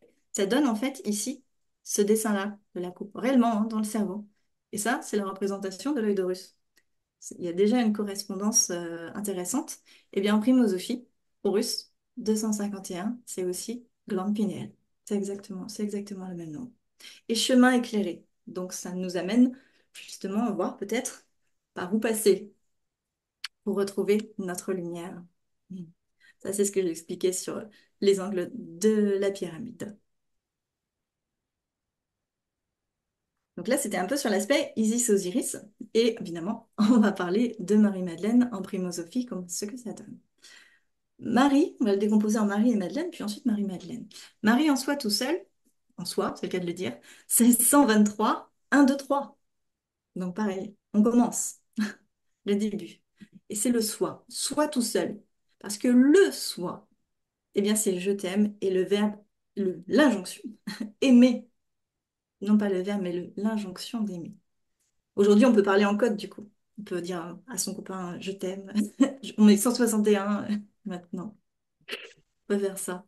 Et Madeleine, c'est le 155. Et alors ça, c'est incroyable. Parce qu'on retrouve tous les éléments en 155 qui vont être associés à Madeleine. Le Da Vinci Code, forcément. Et bien Vinci, 155, c'est Madeleine. Qatar, toute la notion des Qatars qui protégeaient le secret, enfin, censé protéger un secret que certains disaient être justement la descendance de Marie-Madeleine et Jésus notamment. Donc, Qatar, 155. Beauté, 155. L'énigme de Rennes-le-Château, tout ce qui est lié à Marie-Madeleine, et ben l'énigme, c'est 155 de Madeleine. Alors, j'ai associé la force, Ray et galaxie. La force, comme disait Charlotte, effectivement, elle est en toutes ces représentations du féminin, de Marie, d'Isis. Mais là, elle est vraiment associée à Madeleine, la force. Et quand je mets Ray et galaxie, ça me fait un peu rire parce que je me dis qu'il n'y a pas de hasard. Euh, Star Wars, Star Wars, qui est presque un documentaire. La force est en vous, que la force soit avec vous, que Marie-Madeleine soit en vous. Et Rey, je vous mets Rey parce que Rey, c'est le nom du personnage féminin dans le dernier opus de Star Wars. Et j'ai trouvé quand même le symbolisme assez intéressant puisque donc cette fois-ci c'est un personnage féminin qui arrive, qui a même peur un peu de sa force hein, intérieure et qui va devoir la travailler et qui à la fin, toute fin, va mettre fin à l'empereur mais grâce à l'aide de son masculin. Il y avait, vous savez, il y a les deux sabres laser, bleu et rouge, et elle va avoir besoin des deux. C'est-à-dire que son masculin qui est à terre, mais elle va prendre son âme avec pour pouvoir mettre fin à l'empereur. Je trouvais le symbolisme assez intéressant et que Rey, eh bien, c'est le même nom que Madeleine. C'est la Marie aussi, Madeleine.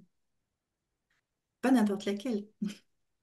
Et c'est l'atome, la toute petite première particule au monde, en fait, euh, que l'on peut trouver. Donc, voilà, c'est des éléments qui nous permettent vraiment de se rendre compte un peu ce qu'elle peut représenter. Bien évidemment, c'est qu'une petite partie, il y en a beaucoup. Quand vous allez voir au calculateur, il y en aura beaucoup. Et Marie-Madeleine ensemble, donc ça donne le 278. Et là, on a la fusion. La fusion, donc on a bien aussi ce rôle justement d'alliance, de permettre de faire le pont entre cette fusion terre-ciel, alliance masculin-féminin en soi. Elle va aider à ça, c'est un de ses rôles. Il y a ADN lumière, delta du Nil. Donc là, on retrouve d'ailleurs un élément en lien avec Isis, du coup sur l'Égypte, la béatitude, le bonheur et comme je disais, terre et eau, le terreau fertile qui va permettre vraiment de faire éclore ces graines qui ont été ensemencées. Pour la petite anecdote, composition de ADN, j'aime beaucoup aussi. ADN en primosophie, le A c'est 1, le D c'est le 5 et le N c'est 41. 41, si on fait 4 plus 1, 5. Donc vous voyez que dans ADN, déjà, on retrouve 155 Madeleine aussi. Donc quand on dit qu'elle va aussi, ça peut être un élément pour réactiver le gène christique aussi en soi, on est là sur l'ADN. Et on peut s'amuser, c'est-à-dire que le 155 de Madeleine, 155 en toutes lettres, et bien ça nous donne justement la fusion tertielle. Donc là encore, ça appuie vraiment ce rôle, l'un des rôles qu'elle pourrait avoir et nous montrer. Et encore un lien avec Isis, puisque si on fait les I plus les S, bah d'Isis, forcément, les I et les S, eh bien on retombe exactement sur le 278 de Marie-Madeleine. Donc, vous voyez, ils ont trouvé une méthode, quand je dis ils, je ne sais pas vraiment, hein, mais ils ont trouvé une méthode pour faire cette alliance entre Isis et Marie-Madeleine, montrer que finalement, c'est les mêmes quelque part. Elles sont là, il n'y a pas de séparation. Et ça, je trouve ça encore une fois magnifique.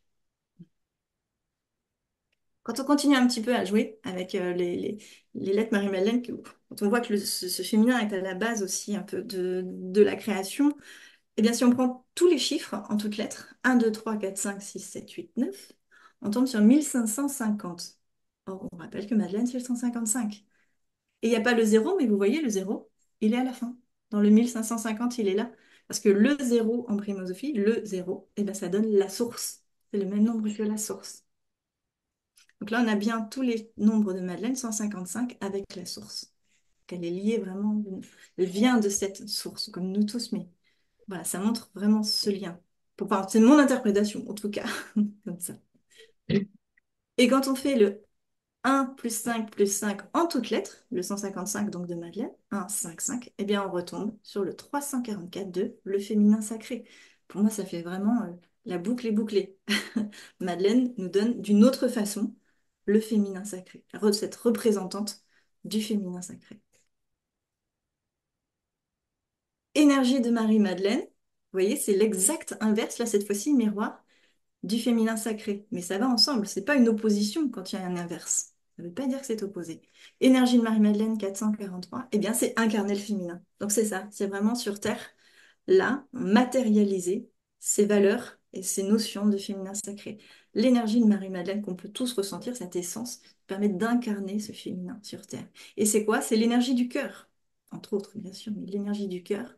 La porte-parole sur l'énergie de Marie-Madeleine, et ascension de la France. Ça nous renvoie encore à cette notion d'importance pour la France, de féminin qui revient au niveau de la France. Je ne sais pas comment ça va venir pour le moment, c'est pas une évidence, mais, mais il y a ce rôle très important qui va intervenir.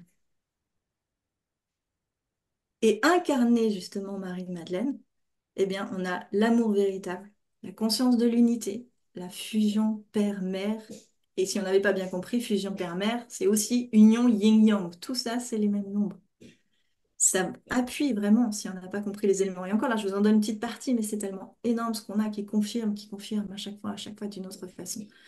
Donc, incarner cette essence et cette énergie de Marie-Madeleine nous amène à l'amour véritable, à retrouver cet amour véritable qu'on n'a pas perdu. Il est là, il faut juste s'en rappeler. Et cette conscience de l'unité.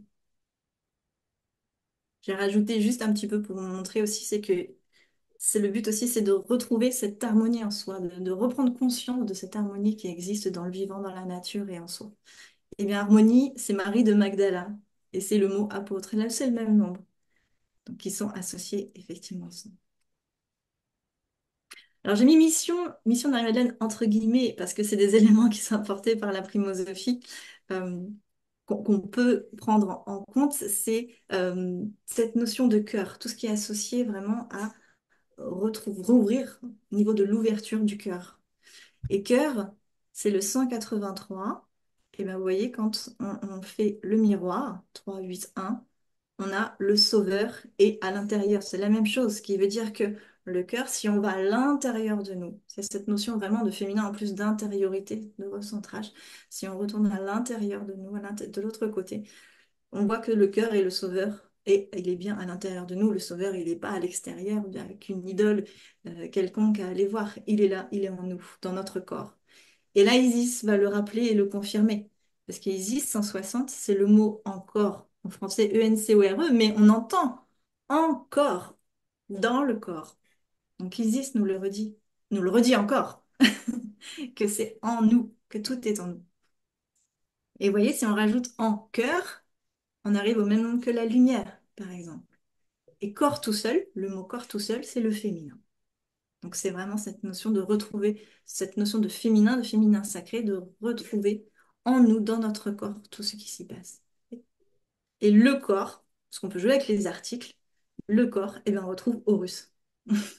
Donc c'est vraiment cette notion Isis et Osiris qui ont donné lieu, qui ont donné naissance à cet Horus, au corps, notre temple intérieur. Activer le féminin sacré, par exemple, justement, pour retrouver, c'est une guérison du cœur. Donc c'est vraiment cette notion de féminin là qui va nous permettre de retrouver qui on est par cette guérison du cœur. Et la mission de Marie-Madeleine, on peut jouer, même si j'ai mis là, mais il y en a beaucoup, et il n'y a pas que Marie-Madeleine. La mission de Marie-Madeleine, eh bien on retrouve, c'est exactement le même nombre que réparation du cœur. Donc elle va nous aider effectivement à retrouver ce cœur, à réouvrir tout ce qu'on a au niveau du cœur. Libération plus guérison. C'est énorme, je trouve, c'est magnifique. La mission de Marie-Madeleine, libération et guérison. Et regardez, c'est tous les éléments, la mission de Marie-Madeleine. Feu, eau, air, terre, éther. Ce que disait Charlotte au début, c'est l'association de tous ces éléments ensemble qui vont nous permettre cette réparation du cœur, cette libération et cette guérison. Et je trouve ça joli parce que feu, eau, air, terre, éther, si on l'entend, langue des oiseaux, feu, on a le F, eau, le O, air, la lettre R, terre, le T, et éther, le E. Donc on a le mot forte avec tous ces éléments. Donc, ce qui revient à la force. Je vais un peu vite hein, pour pouvoir pour revoir des éléments après en ralenti, en replay. La rose de Marie-Madeleine, on en parlait avec ces lignes, on parlait avec cette lignée, hein, lignée de la rose qui est très emblématique hein, de Marie-Madeleine, effectivement. La rose de Marie-Madeleine en 492, eh bien justement, c'est le Graal intérieur. Le cinquième élément est remplir sa coupe, ce dont on parlait. C'est-à-dire que nous sommes le Graal fait de... Et à nous de nous débarrasser de toutes nos scories, de tout ce qui peut nous embarrasser, de faire le vide dans cette coupe, qui n'est pas un vide mauvais, hein, pour pouvoir se remplir de cette conscience et de cette énergie christique qui est là. C'est vraiment cette notion. Cinquième élément, le Graal, quoi. Et le vase, c'est la mer et le vide. Donc c'est vraiment ça. C'est notre corps, en plus, qui est ce Graal et qui va se remplir de cette conscience et de cette énergie qui va revenir. On va en reparler parce que c'est cette notion vraiment de conscience, de reprise de conscience qui est importante avec cette notion de féminin. Et rose au pluriel, eh bien, on retrouve la lumière, les roses, et femme libérée, comme disait la chanson. Et pourquoi, effectivement? Parce que j'ai cette notion de liberté aussi qui m'est très chère. Eh bien, la liberté, la paix, l'amour, nous permet de retrouver, c'est le même nombre que l'équilibre intérieur. Voilà comment, une des façons, a priori, comment la primosophie montre qu'on peut retrouver cet équilibre et cette paix intérieure par la liberté, la paix et l'amour retrouvés en soi. Comment faire? Alors peut-être que la primosophie peut en donner des indications, parce que ce 648, eh bien, on a se reconnecter à l'amour, encore et toujours, le royaume de l'esprit, reprise de la conscience, reprise de la notion de conscience, et de l'union des deux mondes, l'union vraiment entre l'aspect ciel et terre, c'est-à-dire qu'on n'est pas à être totalement perché, comme on dit, ou illuminé, et il faut aussi être sur terre, donc c'est conscientiser, ramener cet élément spirituel, mais dans la matière, sur terre, de savoir faire cette association des deux, et lapsus révélateur, association des dieux, et pour pouvoir pour nous aider à aller de l'avant, justement. C'était un peu ce but-là de voir le rôle, ce rôle de féminin sacré pour notre vie à nous aujourd'hui. Merci beaucoup, Cathy. Et il y a de tout petits derniers éléments que je vais remettre très rapidement. Qui, se reconnecter au cœur, c'est réceptionner justement cette conscience et conscientiser la matière. Donc c'est vraiment, on en est là, cette reconnexion, cette ouverture du cœur. C'est recevoir l'Esprit Saint, c'est les fréquences originelles, c'est la même chose. Et faire le pont entre ciel et terre, et ça, c'est vraiment le rôle que va avoir ces avatars féminins que sont Marie-Madeleine, Isis, Ishtar. Et une chose très drôle que j'ai trouvée avec la primosophie, c'est que le M de Marie-Madeleine, c'est la 13e lettre en réel hein, sur notre alphabet. Donc MM, comme on dit souvent, on a 13. Eh bien, en primosophie, 1313, il faut le trouver quand même celui-là, 1313, c'est faire le pont entre l'âme et le corps par l'esprit, et c'est aussi la pleine conscience incarnée dans le corps physique. C'est vraiment, je trouve, ces éléments-là qui sont amenés par Marie-Madeleine. En tout cas aujourd'hui, parce qu'elle a cette matérialisation euh, sur Terre pour amener ces énergies-là. Donc voilà un petit peu ce que Waouh, je voulais en préciser. Ça fait beaucoup de nombres, le but n'est pas de retenir les nombres, mais l'idée, évidemment, de qu'il y a faire descendre le message. voilà, l'essence et le message. Merci beaucoup. C'est vraiment très dense, très complet et c'est comme des codes. Ce que je disais tout à l'heure des chiffres, c'est comme des codes. Et pour finir, j'aimerais juste, Charlotte, entendre ton point de vue et Cathy aussi sur, comme tu as rappelé tout à l'heure, il y a cette idée de couple sacré. Dans ton message, j'entendais beaucoup l'alchimie, retrouver cet or et cette union sacrée. Et comme tu disais, Charlotte, il y a énormément de couples sacrés. Je voulais juste qu'on évoque comment est-ce qu'on peut les retrouver à l'intérieur de nous, ce couple sacré. Et aussi dans Isis et Marie-Madeleine, je voulais souligner qu'elles sont toutes les deux, elles ont été témoins de la résurrection. Alors de manière complètement différente, mais Isis avec Osiris, elle lui a insufflé la vie, donc elle a été témoin de la vie après la mort. Et Marie-Madeleine aussi avec la résurrection et le corps de lumière du Christ qu'elle a vu en première, c'est l'apôtre des apôtres. Et je voulais juste faire le lien avec la douleur qu'on entend dans le mythe d'Isis ou dans ce qu'on entend du récit de Marie-Madeleine. Elles se sont toujours, ce que tu rappelais, Cathy, tout à l'heure, elles se sont toujours unies à cette lumière christique et au cœur pour continuer malgré les épreuves de la vie. Et juste avant de passer à la pratique, parce que moi aussi j'avais très envie de revenir au corps et je vous ai demandé de proposer une petite pratique pour nous relier aux énergies d'Isis et de Marie-Madeleine. Je voulais savoir voilà, quel point de vue vous aviez sur l'importance d'unir ces deux polarités en nous, masculin, féminin, humain, divin, et comment continuer malgré les épreuves à nous réunir à la vie, à cette lumière qu'elles ont pu montrer par leur histoire toutes les deux. Si ça vous va, et puis après on finit par la pratique.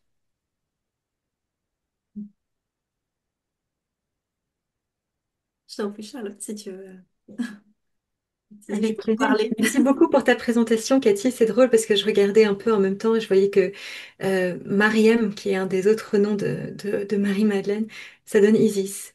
Ah voilà. Ouais. Et d'ailleurs, en fait, il y avait aussi d'autres. En fait, quand on tape Osset, qui est le nom égyptien de Isis, Bien. Isis c'est le nom grec, là, on tombe sur des choses sur des valeurs, sur des codes qui sont, à mon avis, presque encore plus proches de ce qu'elles représentent. Et puis c'est là que j'avais vu l'archange. Enfin, Mhm. c'est quand même assez passionnant, quoi. Ouais. Et j'ai regardé Isis et Marie-Madeleine, les deux ensemble, ça donne le message, la fréquence du son, le père au sein de la mère, l'axe méridien français, le pouvoir divin et les mystères dévoilés. Mm. Les deux ensemble, Isis et Marie-Madeleine. Mm.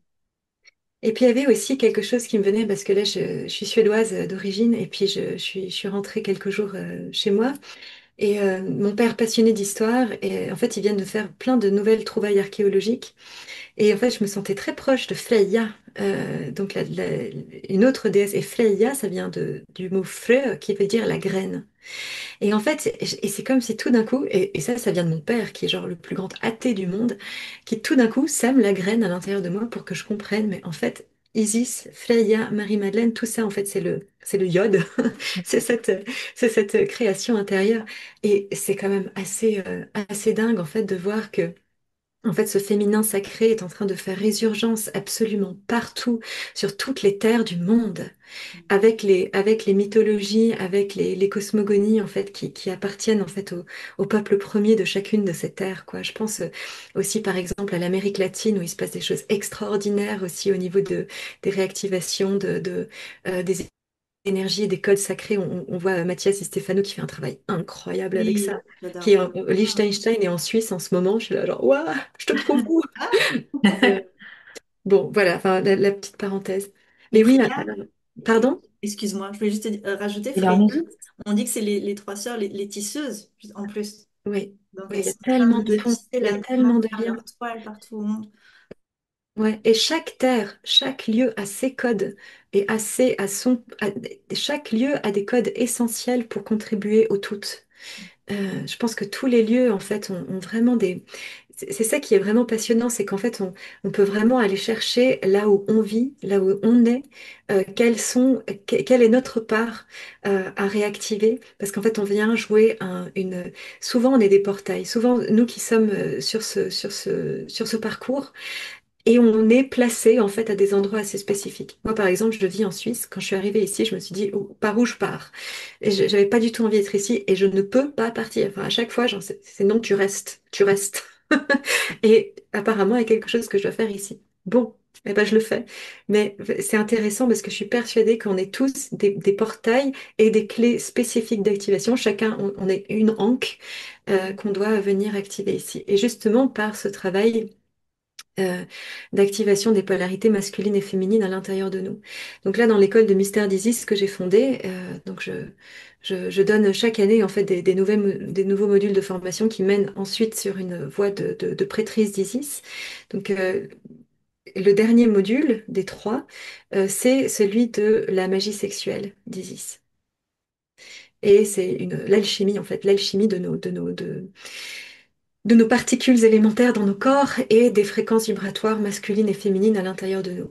Il y a quelque chose de très important sur lequel Isis met l'accent, donc c'est une formation qui est complètement canalisée d'Isis et qui est non seulement basée aussi sur les enseignements transmis dans le livre que j'ai canalisé auprès d'elle qui s'appelle Sagesse Isis Initiation, mais pas que, il y a aussi des informations en plus.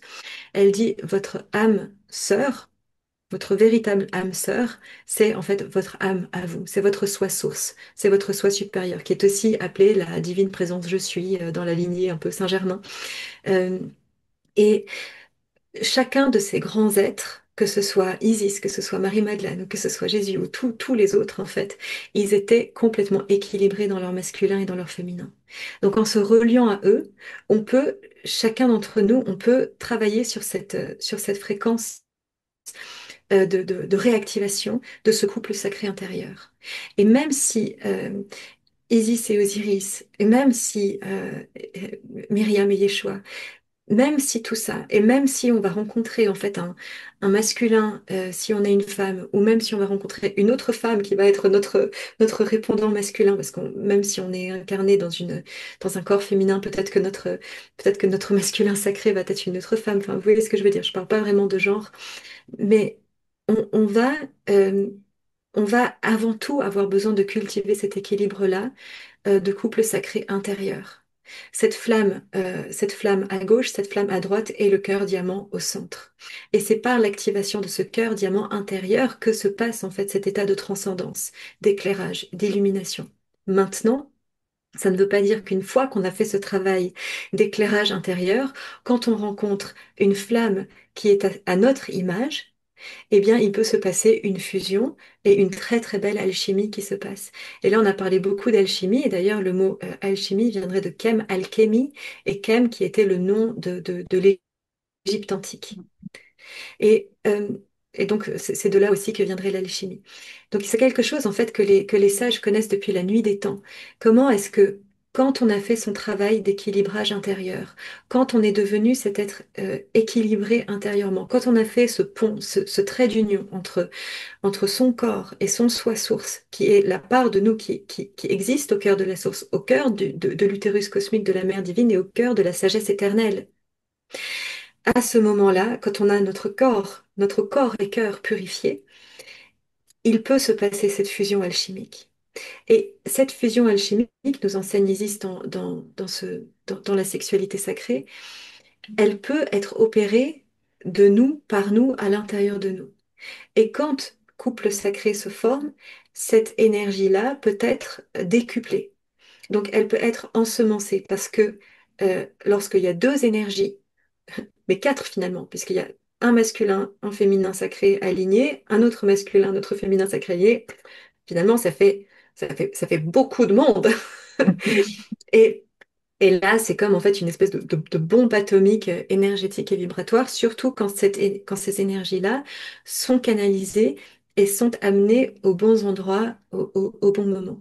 Mais euh, de ce que j'en comprends et de ma propre expérience et de mes propres pratiques, si on ne fait pas son travail intérieur avant, on ne va pas pouvoir être à même de vivre cette union sacrée-là. Donc le premier, et pour chacun d'entre nous, parfois en fait, encore une fois, c'est comme tu disais, Cathy, on cherche le cœur, on cherche la pureté du cœur, et le cœur, il n'est pas là à l'extérieur de soi.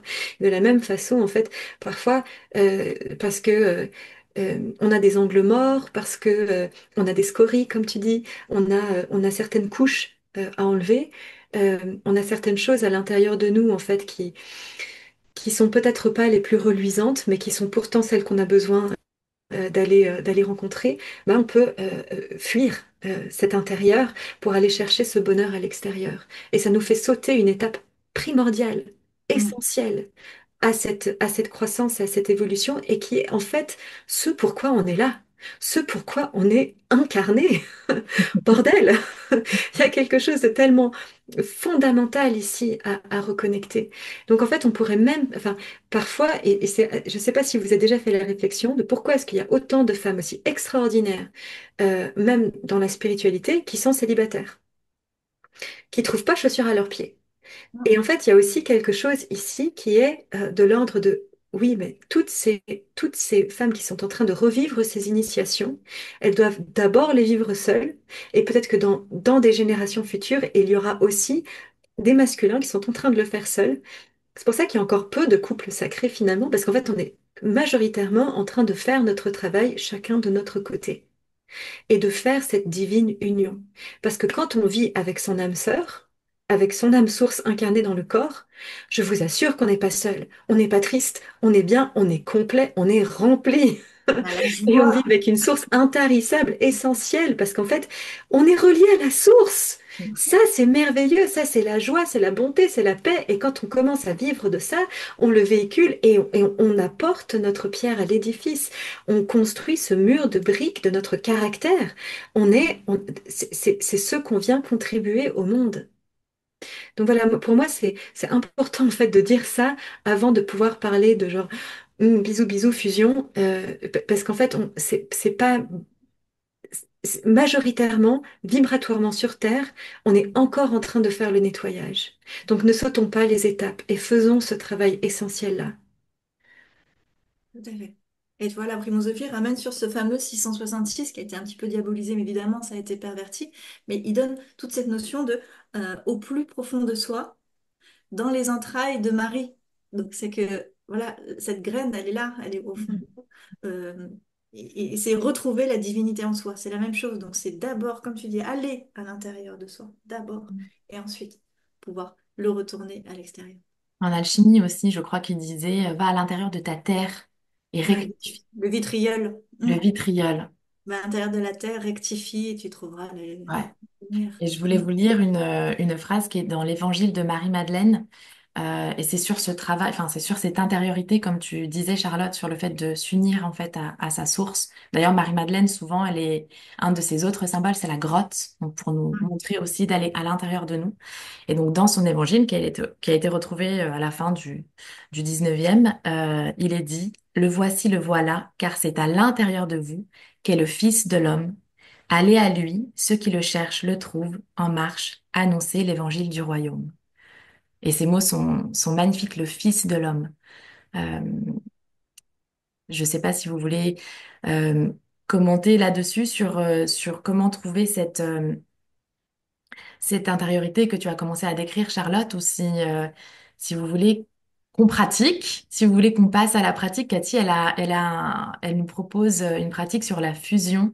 Alors, une toute petite, hein, parce on n'a pas énormément de temps, mais sur la fusion, ou si vous avez quelque chose à rajouter sur ça, sur le fait aussi qu'Isis et Marie-Madeleine étaient aussi, enfin, elles représentent l'archétype de la guérisseuse, de celles qui vont venir nous aider, en fait, à guérir ces parts de nous blessés. Alors Marie-Madeleine avec des huiles sacrées, avec les plantes, avec toute cette médecine, comme on rappelait au début, parce qu'ils étaient très connectés aux éléments, les Esséniens, au vent, à la terre, au feu. euh, et Isis aussi, de son côté, c'était une grande, grande guérisseuse. Euh, Ouais. Et petite anecdote rapide, le mot guérison et le mot l'amour, ces deux mots-là, mhm, en primosophie, c'est exactement le même nombre que ce soit à l'endroit à l'envers. C'est-à-dire que si on inverse l'ordre des lettres de A à Z, et les chiffres de 1 à 97 et inverse, je me suis amusée à faire ça. Pendant très longtemps, le seul et unique mot qui retrouve exactement le nombre, c'était l'amour. Le seul. Et ensuite, j'en ai trouvé d'autres et il y a guérison. Mhm. Donc, quoi qu'on fasse, c'est des piliers centraux. amour et guérison. C'est beau comme message. Waouh. Et pour en revenir avec l'union sacrée, donc l'union sexuelle hein, sacrée, il y a quelque chose que Isis nous transmet, en fait, que les onctions suprêmes sont les fluides de nos corps qui sont émis dans cette union sacrée. Donc elle parle bien du liquide séminal et chez l'homme et de la cyprine chez la femme. Et donc en fait, à quelque part aussi, il y a quelque chose euh, quand on parle de Marie-Madeleine avec ses onctions, mais on parle de l'onction sacrée, donc elle comme étant le portail aussi, et c'est ce que dit Yeshua, que Marie-Madeleine en fait ouvre son espace, elle ouvre son Graal, et par son onction, en fait, elle ouvre à l'espace du iode, de la graine, de venir s'implanter dans l'espace du vaste tout, de cette énorme lumière. Et là, il y a fusion. Là, il y a en fait, et c'est là le symbole aussi de Ré, de Ra, ce symbole très très sacré depuis la nuit des temps, qui est ce cercle avec ce point au centre, mais qui est aussi comme le noyau de nos cellules qui est comme notre cœur. Enfin, ce symbole-là est gigantesque, on va le retrouver absolument partout, mais il y a cette divine fusion qui se passe à ce moment-là. Donc voilà, je trouvais aussi intéressant de parler euh, de cette onction Oui, oui, par merci rapport de à... le rappeler. Ce symbole, il est très très puissant, le symbole du soleil avec le cercle et le point. Et d'ailleurs, Oui. une des représentations d'Isis, c'est avec les cornes de vache et elle porte cette puissance solaire au-dessus d'elle. Enfin, Bah, elle a aussi la coiffe du trône, et le trône, en fait, qui symbolise le chakra sacré, le chakra utérus, parce qu'elle est posée, elle est assise dans son corps, elle est incarnée dedans. Donc ça aussi, faut le dire. Cathy, est-ce que tu veux enchaîner avec la pratique? Ouais, bah Une c'est pratique. vraiment pratico-pratique, du coup, parce que Mhm. les éléments de la primosophie que nous ont amenés, c'est un exercice qu'on propose à faire par tout le monde, n'importe quand. Ça peut prendre quelques secondes, 1 ou 2 minutes. Et c'est pour vraiment justement se ressentir, recentrer et aligner des éléments de la vie qui peuvent nous amener à des difficultés. Voilà, c'est un moment qu'on peut prendre, qu'on propose en quelques secondes. C'est c'est ce qu'on propose en atelier à faire, on le décortique vraiment très précisément. Là, je vais le dire très rapidement. C'est de la visualisation qu'on propose, c'est-à-dire de visualiser en fait une ligne terre-ciel qui part du haut vers le bas, qui représente vraiment cette verticalité, et puis le plan horizontal, du coup d'imaginer une ligne devant-derrière qui représenterait hein, symboliquement passé-futur, et puis gauche-droite, féminin, masculin, sur le plan vraiment matériel. Et donc, c'est de vraiment les visualiser, enfin, droite, donc droite, gauche, devant, derrière, au bas. Et puis, c'est avec un exercice de respiration.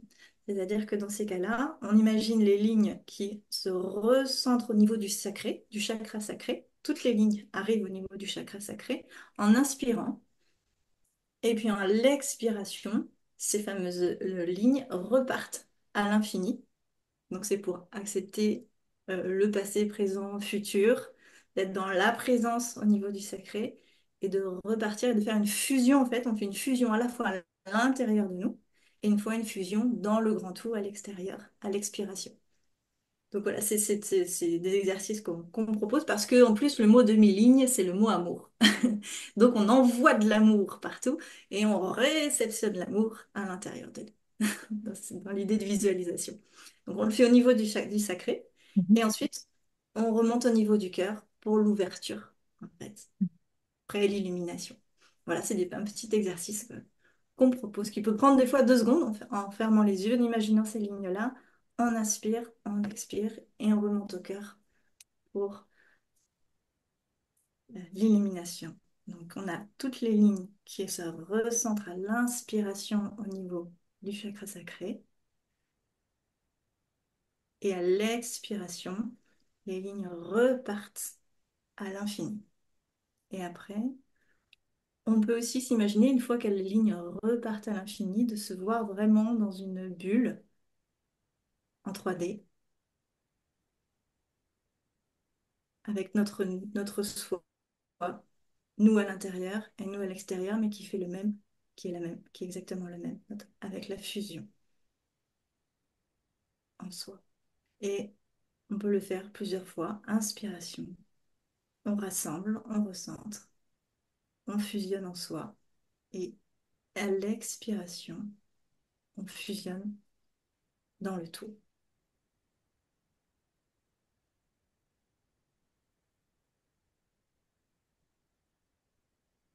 Et on peut faire la même chose après au niveau du cœur.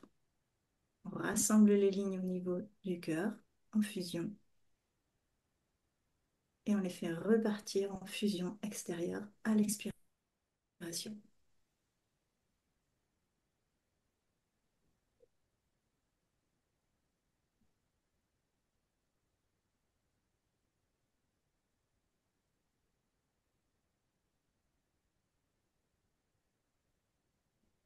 Et c'est là qu'un petit travail peut se faire en atelier si on se rend compte que les lignes ne sont pas très droites. Si elles sont un petit peu à gauche, un petit peu à droite, un petit peu en dessous, ou qu'elles ne vont pas très loin. Si elles peuvent s'arrêter en fait à un moment donné. Donc ça se travaille pour pouvoir justement s'étendre et les remettre droits. Voilà, un petit Merci exercice beaucoup. qu'il faut Ça proposer à m'a, faire rapidement. ça m'a rappelé aussi le symbole de la croix et l'union en fait entre le vertical et l'horizontal, c'est aussi l'espace du cœur. Ça montre toujours le même message, c'est le Mm. cœur, c'est à l'intérieur. Et en primosophie, la croisée des lignes, donc, le mot de l'expression la croisée des lignes, c'est le mot lumière. Donc, un beau Merci, merci énormément. C'est vrai que c'est très très puissant comme pratique de réalignement. centrage réalignement. Non seulement de canaliser, de faire un avec cette source, mais aussi de l'incarner dans Ouais. la verticalité. Comme tu disais, Charlotte, enfin voilà, on habite quelque part sur une terre, on fait partie, enfin, on est dans un corps, et c'est pour ça que je vous ai demandé une petite pratique pour incorporer en fait ces énergies à l'intérieur de nous aujourd'hui et commencer à les sentir et à voir en fait comment est-ce qu'elles nous parlent à l'intérieur de nous, que ce soit les énergies plutôt d'Isis ou de Marie-Madeleine, comment est-ce que nous, on peut être aussi des messages et capter une part de ce grand message en fait universel. Merci beaucoup pour cette pratique de fusion qu'on peut bien évidemment faire beaucoup plus longtemps. Tout à fait. Autant de fois qu'on Euh, veut, quand on le ressent. ouais, pour un recentrage, c'est vrai que c'est très très efficace. Et Charlotte, est-ce que tu as quelque chose qui te vient comme une pratique voilà, qui te parle, enfin en rapport à Isis ou pas, mais pour ce... Enfin voilà, qu'est-ce qui te vient de partager aujourd'hui une petite pratique? Je sais pas, on va lui demander parce que je ne prépare pas ces choses-là. Alors, Génial. on va fermer les yeux. Tout de suite, on va mettre notre attention au niveau du bassin.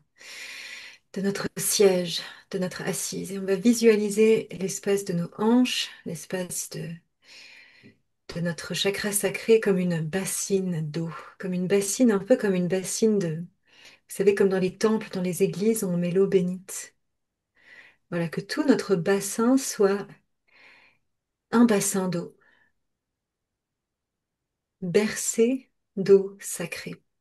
Donc là, vous pouvez tout simplement visualiser dans votre bassin une sphère de lumière qui est comme un cristal, une lumière blanche, cristalline, adamantine, qui réensemence l'eau de votre bassin d'une énergie si pure, si belle, si incandescente, si éclairée. Et cette lumière éclaire les eaux de votre bassin, votre coccyx. Et depuis ici, votre coccyx, donc si vous visualisez votre sacrum, qui est l'os le plus proche de votre chakra sacré, vous voyez cet os qui est comme un triangle qui pointe vers le bas.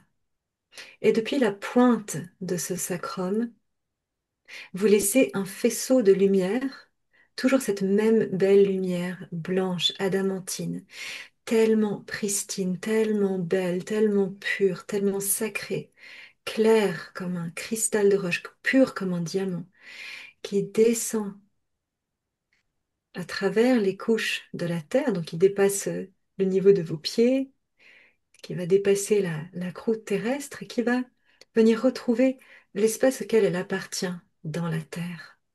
Elle va traverser les cavités de grottes cristallines avec les eaux cristallines de la terre et arriver jusqu'au cœur diamant de la terre.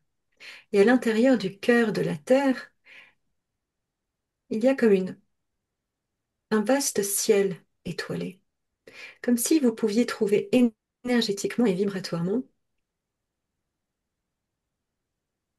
une vaste sphère de silence éternel, pleine de codes, pleine de petits points, pleine de petites sources de lumière que sont les étoiles, des points de présence, des points de conscience de la mère divine dans le ciel.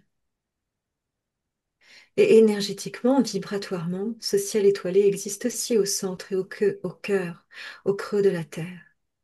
Et au centre de ce vaste ciel étoilé est le cœur diamant de la terre, comme un magnifique et gigantesque diamant qui flotte au centre de cette vaste galaxie.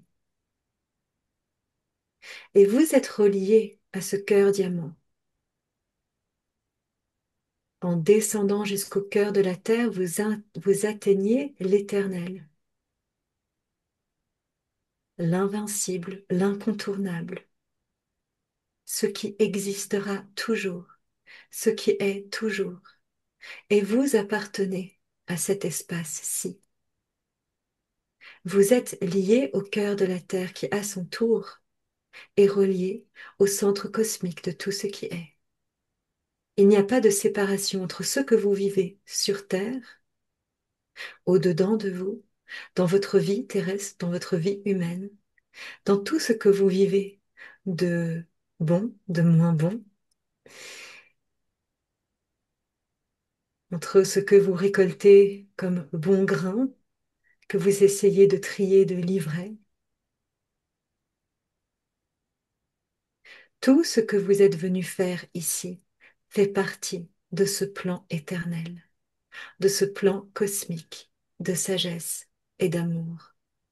Il n'y a pas de confusion à avoir. Sachez que vous êtes en train de vivre une expérience sacrée, une expérience qui s'inscrit dans l'éternité de votre âme, qui ne périra jamais, qui fait partie de la conscience éternelle de ce grand tout, de tout ce qui est.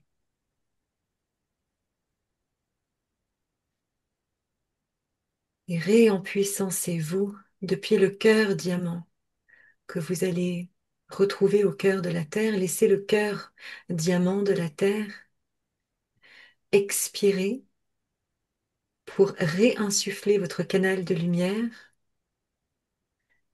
remonter à travers vos pieds, puis dans l'os de votre sacrum, insuffler votre chakra racine et l'eau sacrée de votre bassin, votre chakra utérus, votre chakra sacré, votre utérus énergétique, votre siège, votre trône, votre assise, l'espace depuis lequel vous créez et vous engendrez un monde à votre image, dans ce point de fusion que vous êtes dans l'aspect de l'éternité en tant qu'image individuelle,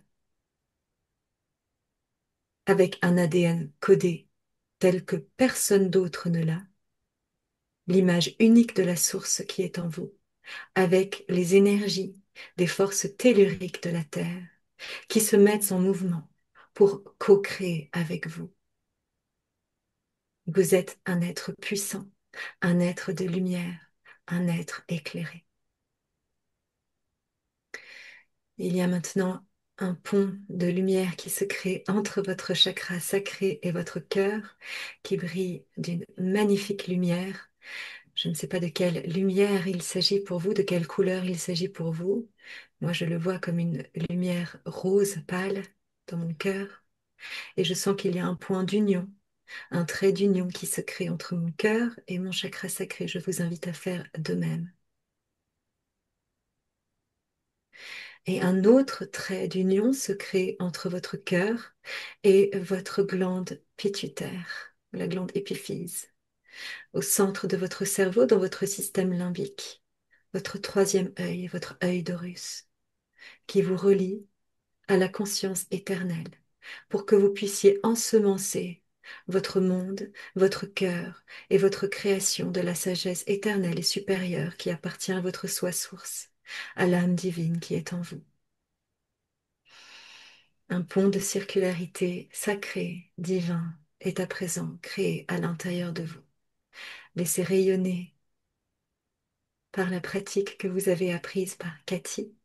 Laissez rayonner votre sagesse, votre divine union à l'intérieur de vous, vers le monde qui vibre, qui existe à l'extérieur de vous.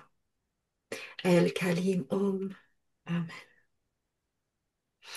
Et vous pouvez revenir tout simplement dans l'espace de votre cœur, inspirer profondément dedans, revenir ici en pleine présence à vous-même. Inspirez par le nez jusque dans votre cœur, puis expirez par la bouche. Reposez-vous dans votre assise, dans votre bassin et soyez pleinement présent ici et maintenant.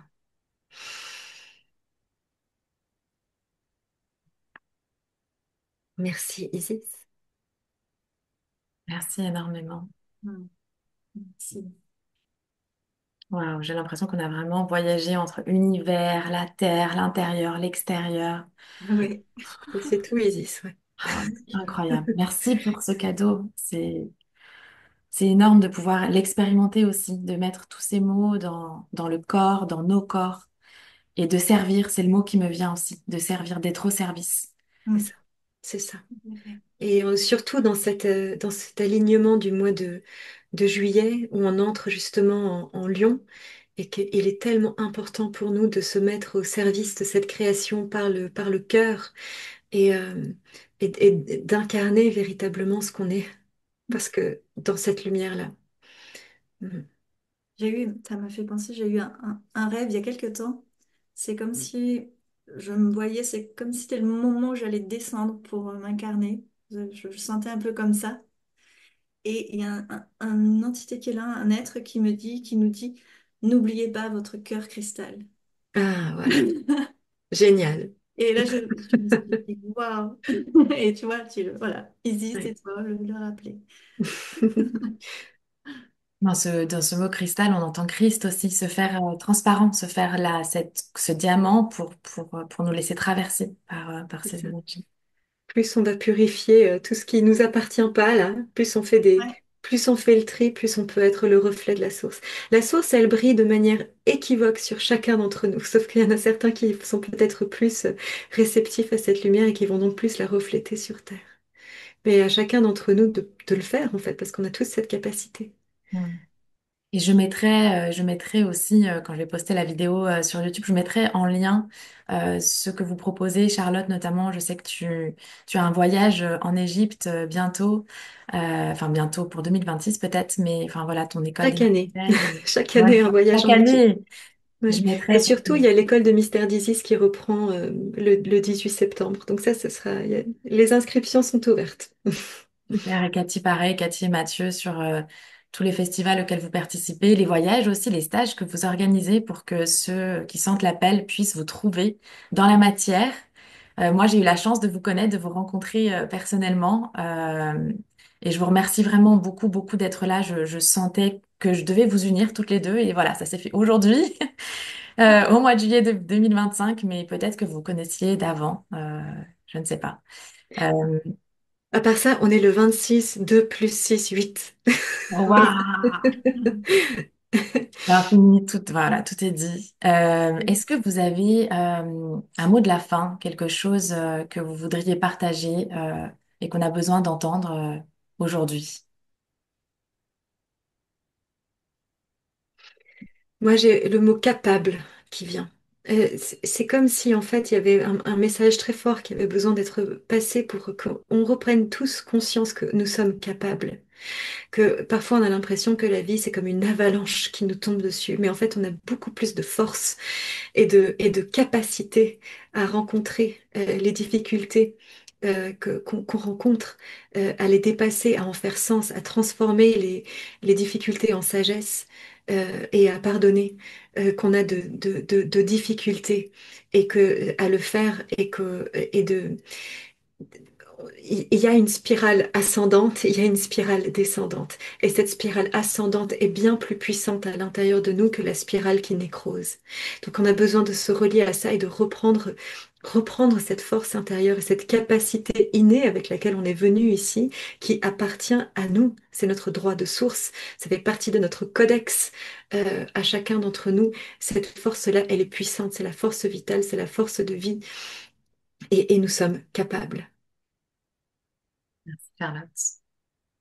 Cette capacité, j'ai envie de dire, va nous ramener à la joie, cette joie dont on parlait. Donc, c'est vraiment quelque chose qui me tient à cœur aussi, même si évidemment, dans les moments actuels, c'est des moments qui sont pas évidents, mais il faut, j'aime pas le il faut, mais c'est tenter de retrouver cette joie en soi qui est au fond de nous, qui est là, on en est capable, malgré les éléments.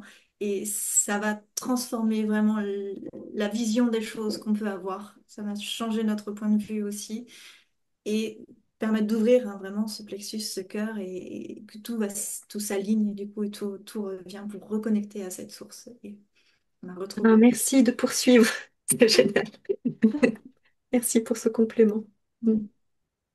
Merci. Et j'avais l'image du feu qui me venait quand vous parliez, ce feu qui peut transmuter, enlever tout ce dont on n'a plus besoin, enfin vraiment le prendre. Le feu d'Isis, le feu de Marie-Madeleine, le feu de la joie, le feu qui rassemble parce qu'on danse autour du feu, on se rassemble autour du feu, le feu qui nourrit parce qu'on cuisine sur du feu, ça nous nourrit aussi également. Et, et enfin voilà, j'avais vraiment cette image de non seulement de feu, mais enfin le feu, c'est la sagesse aussi, comme si en fait il y avait une sagesse qui se transmet. Et j'ai l'impression que voilà qu'il y a une sagesse qui est transmise, comme si on nous donnait une torche à notre tour pour la garder, pour la comprendre, pour l'explorer, pour l'incarner. Voilà, notre tour de jouer. Ouais. Ouais. Ouais. Mm. Merci infiniment d'avoir été là, d'avoir transmis ces messages. Mm. Euh, et ben, je vous dis à très très bientôt. Et merci à tous les êtres de lumière qui nous ont accompagnés pendant ce rendez-vous. Et merci aux êtres de lumière qui sont venus nous accompagner à travers toutes les personnes qui nous écoutent parce qu'elles sont déjà présentes et que déjà les personnes sont des êtres de lumière et qu'elles sont accompagnées de tellement de guides incroyables et merveilleux et on est nombreux. Donc merci beaucoup pour ça. C'est très beau, c'est très riche, c'est très joyeux. Merci pour cette communion. Énormément, Merci merci. beaucoup à toutes les deux.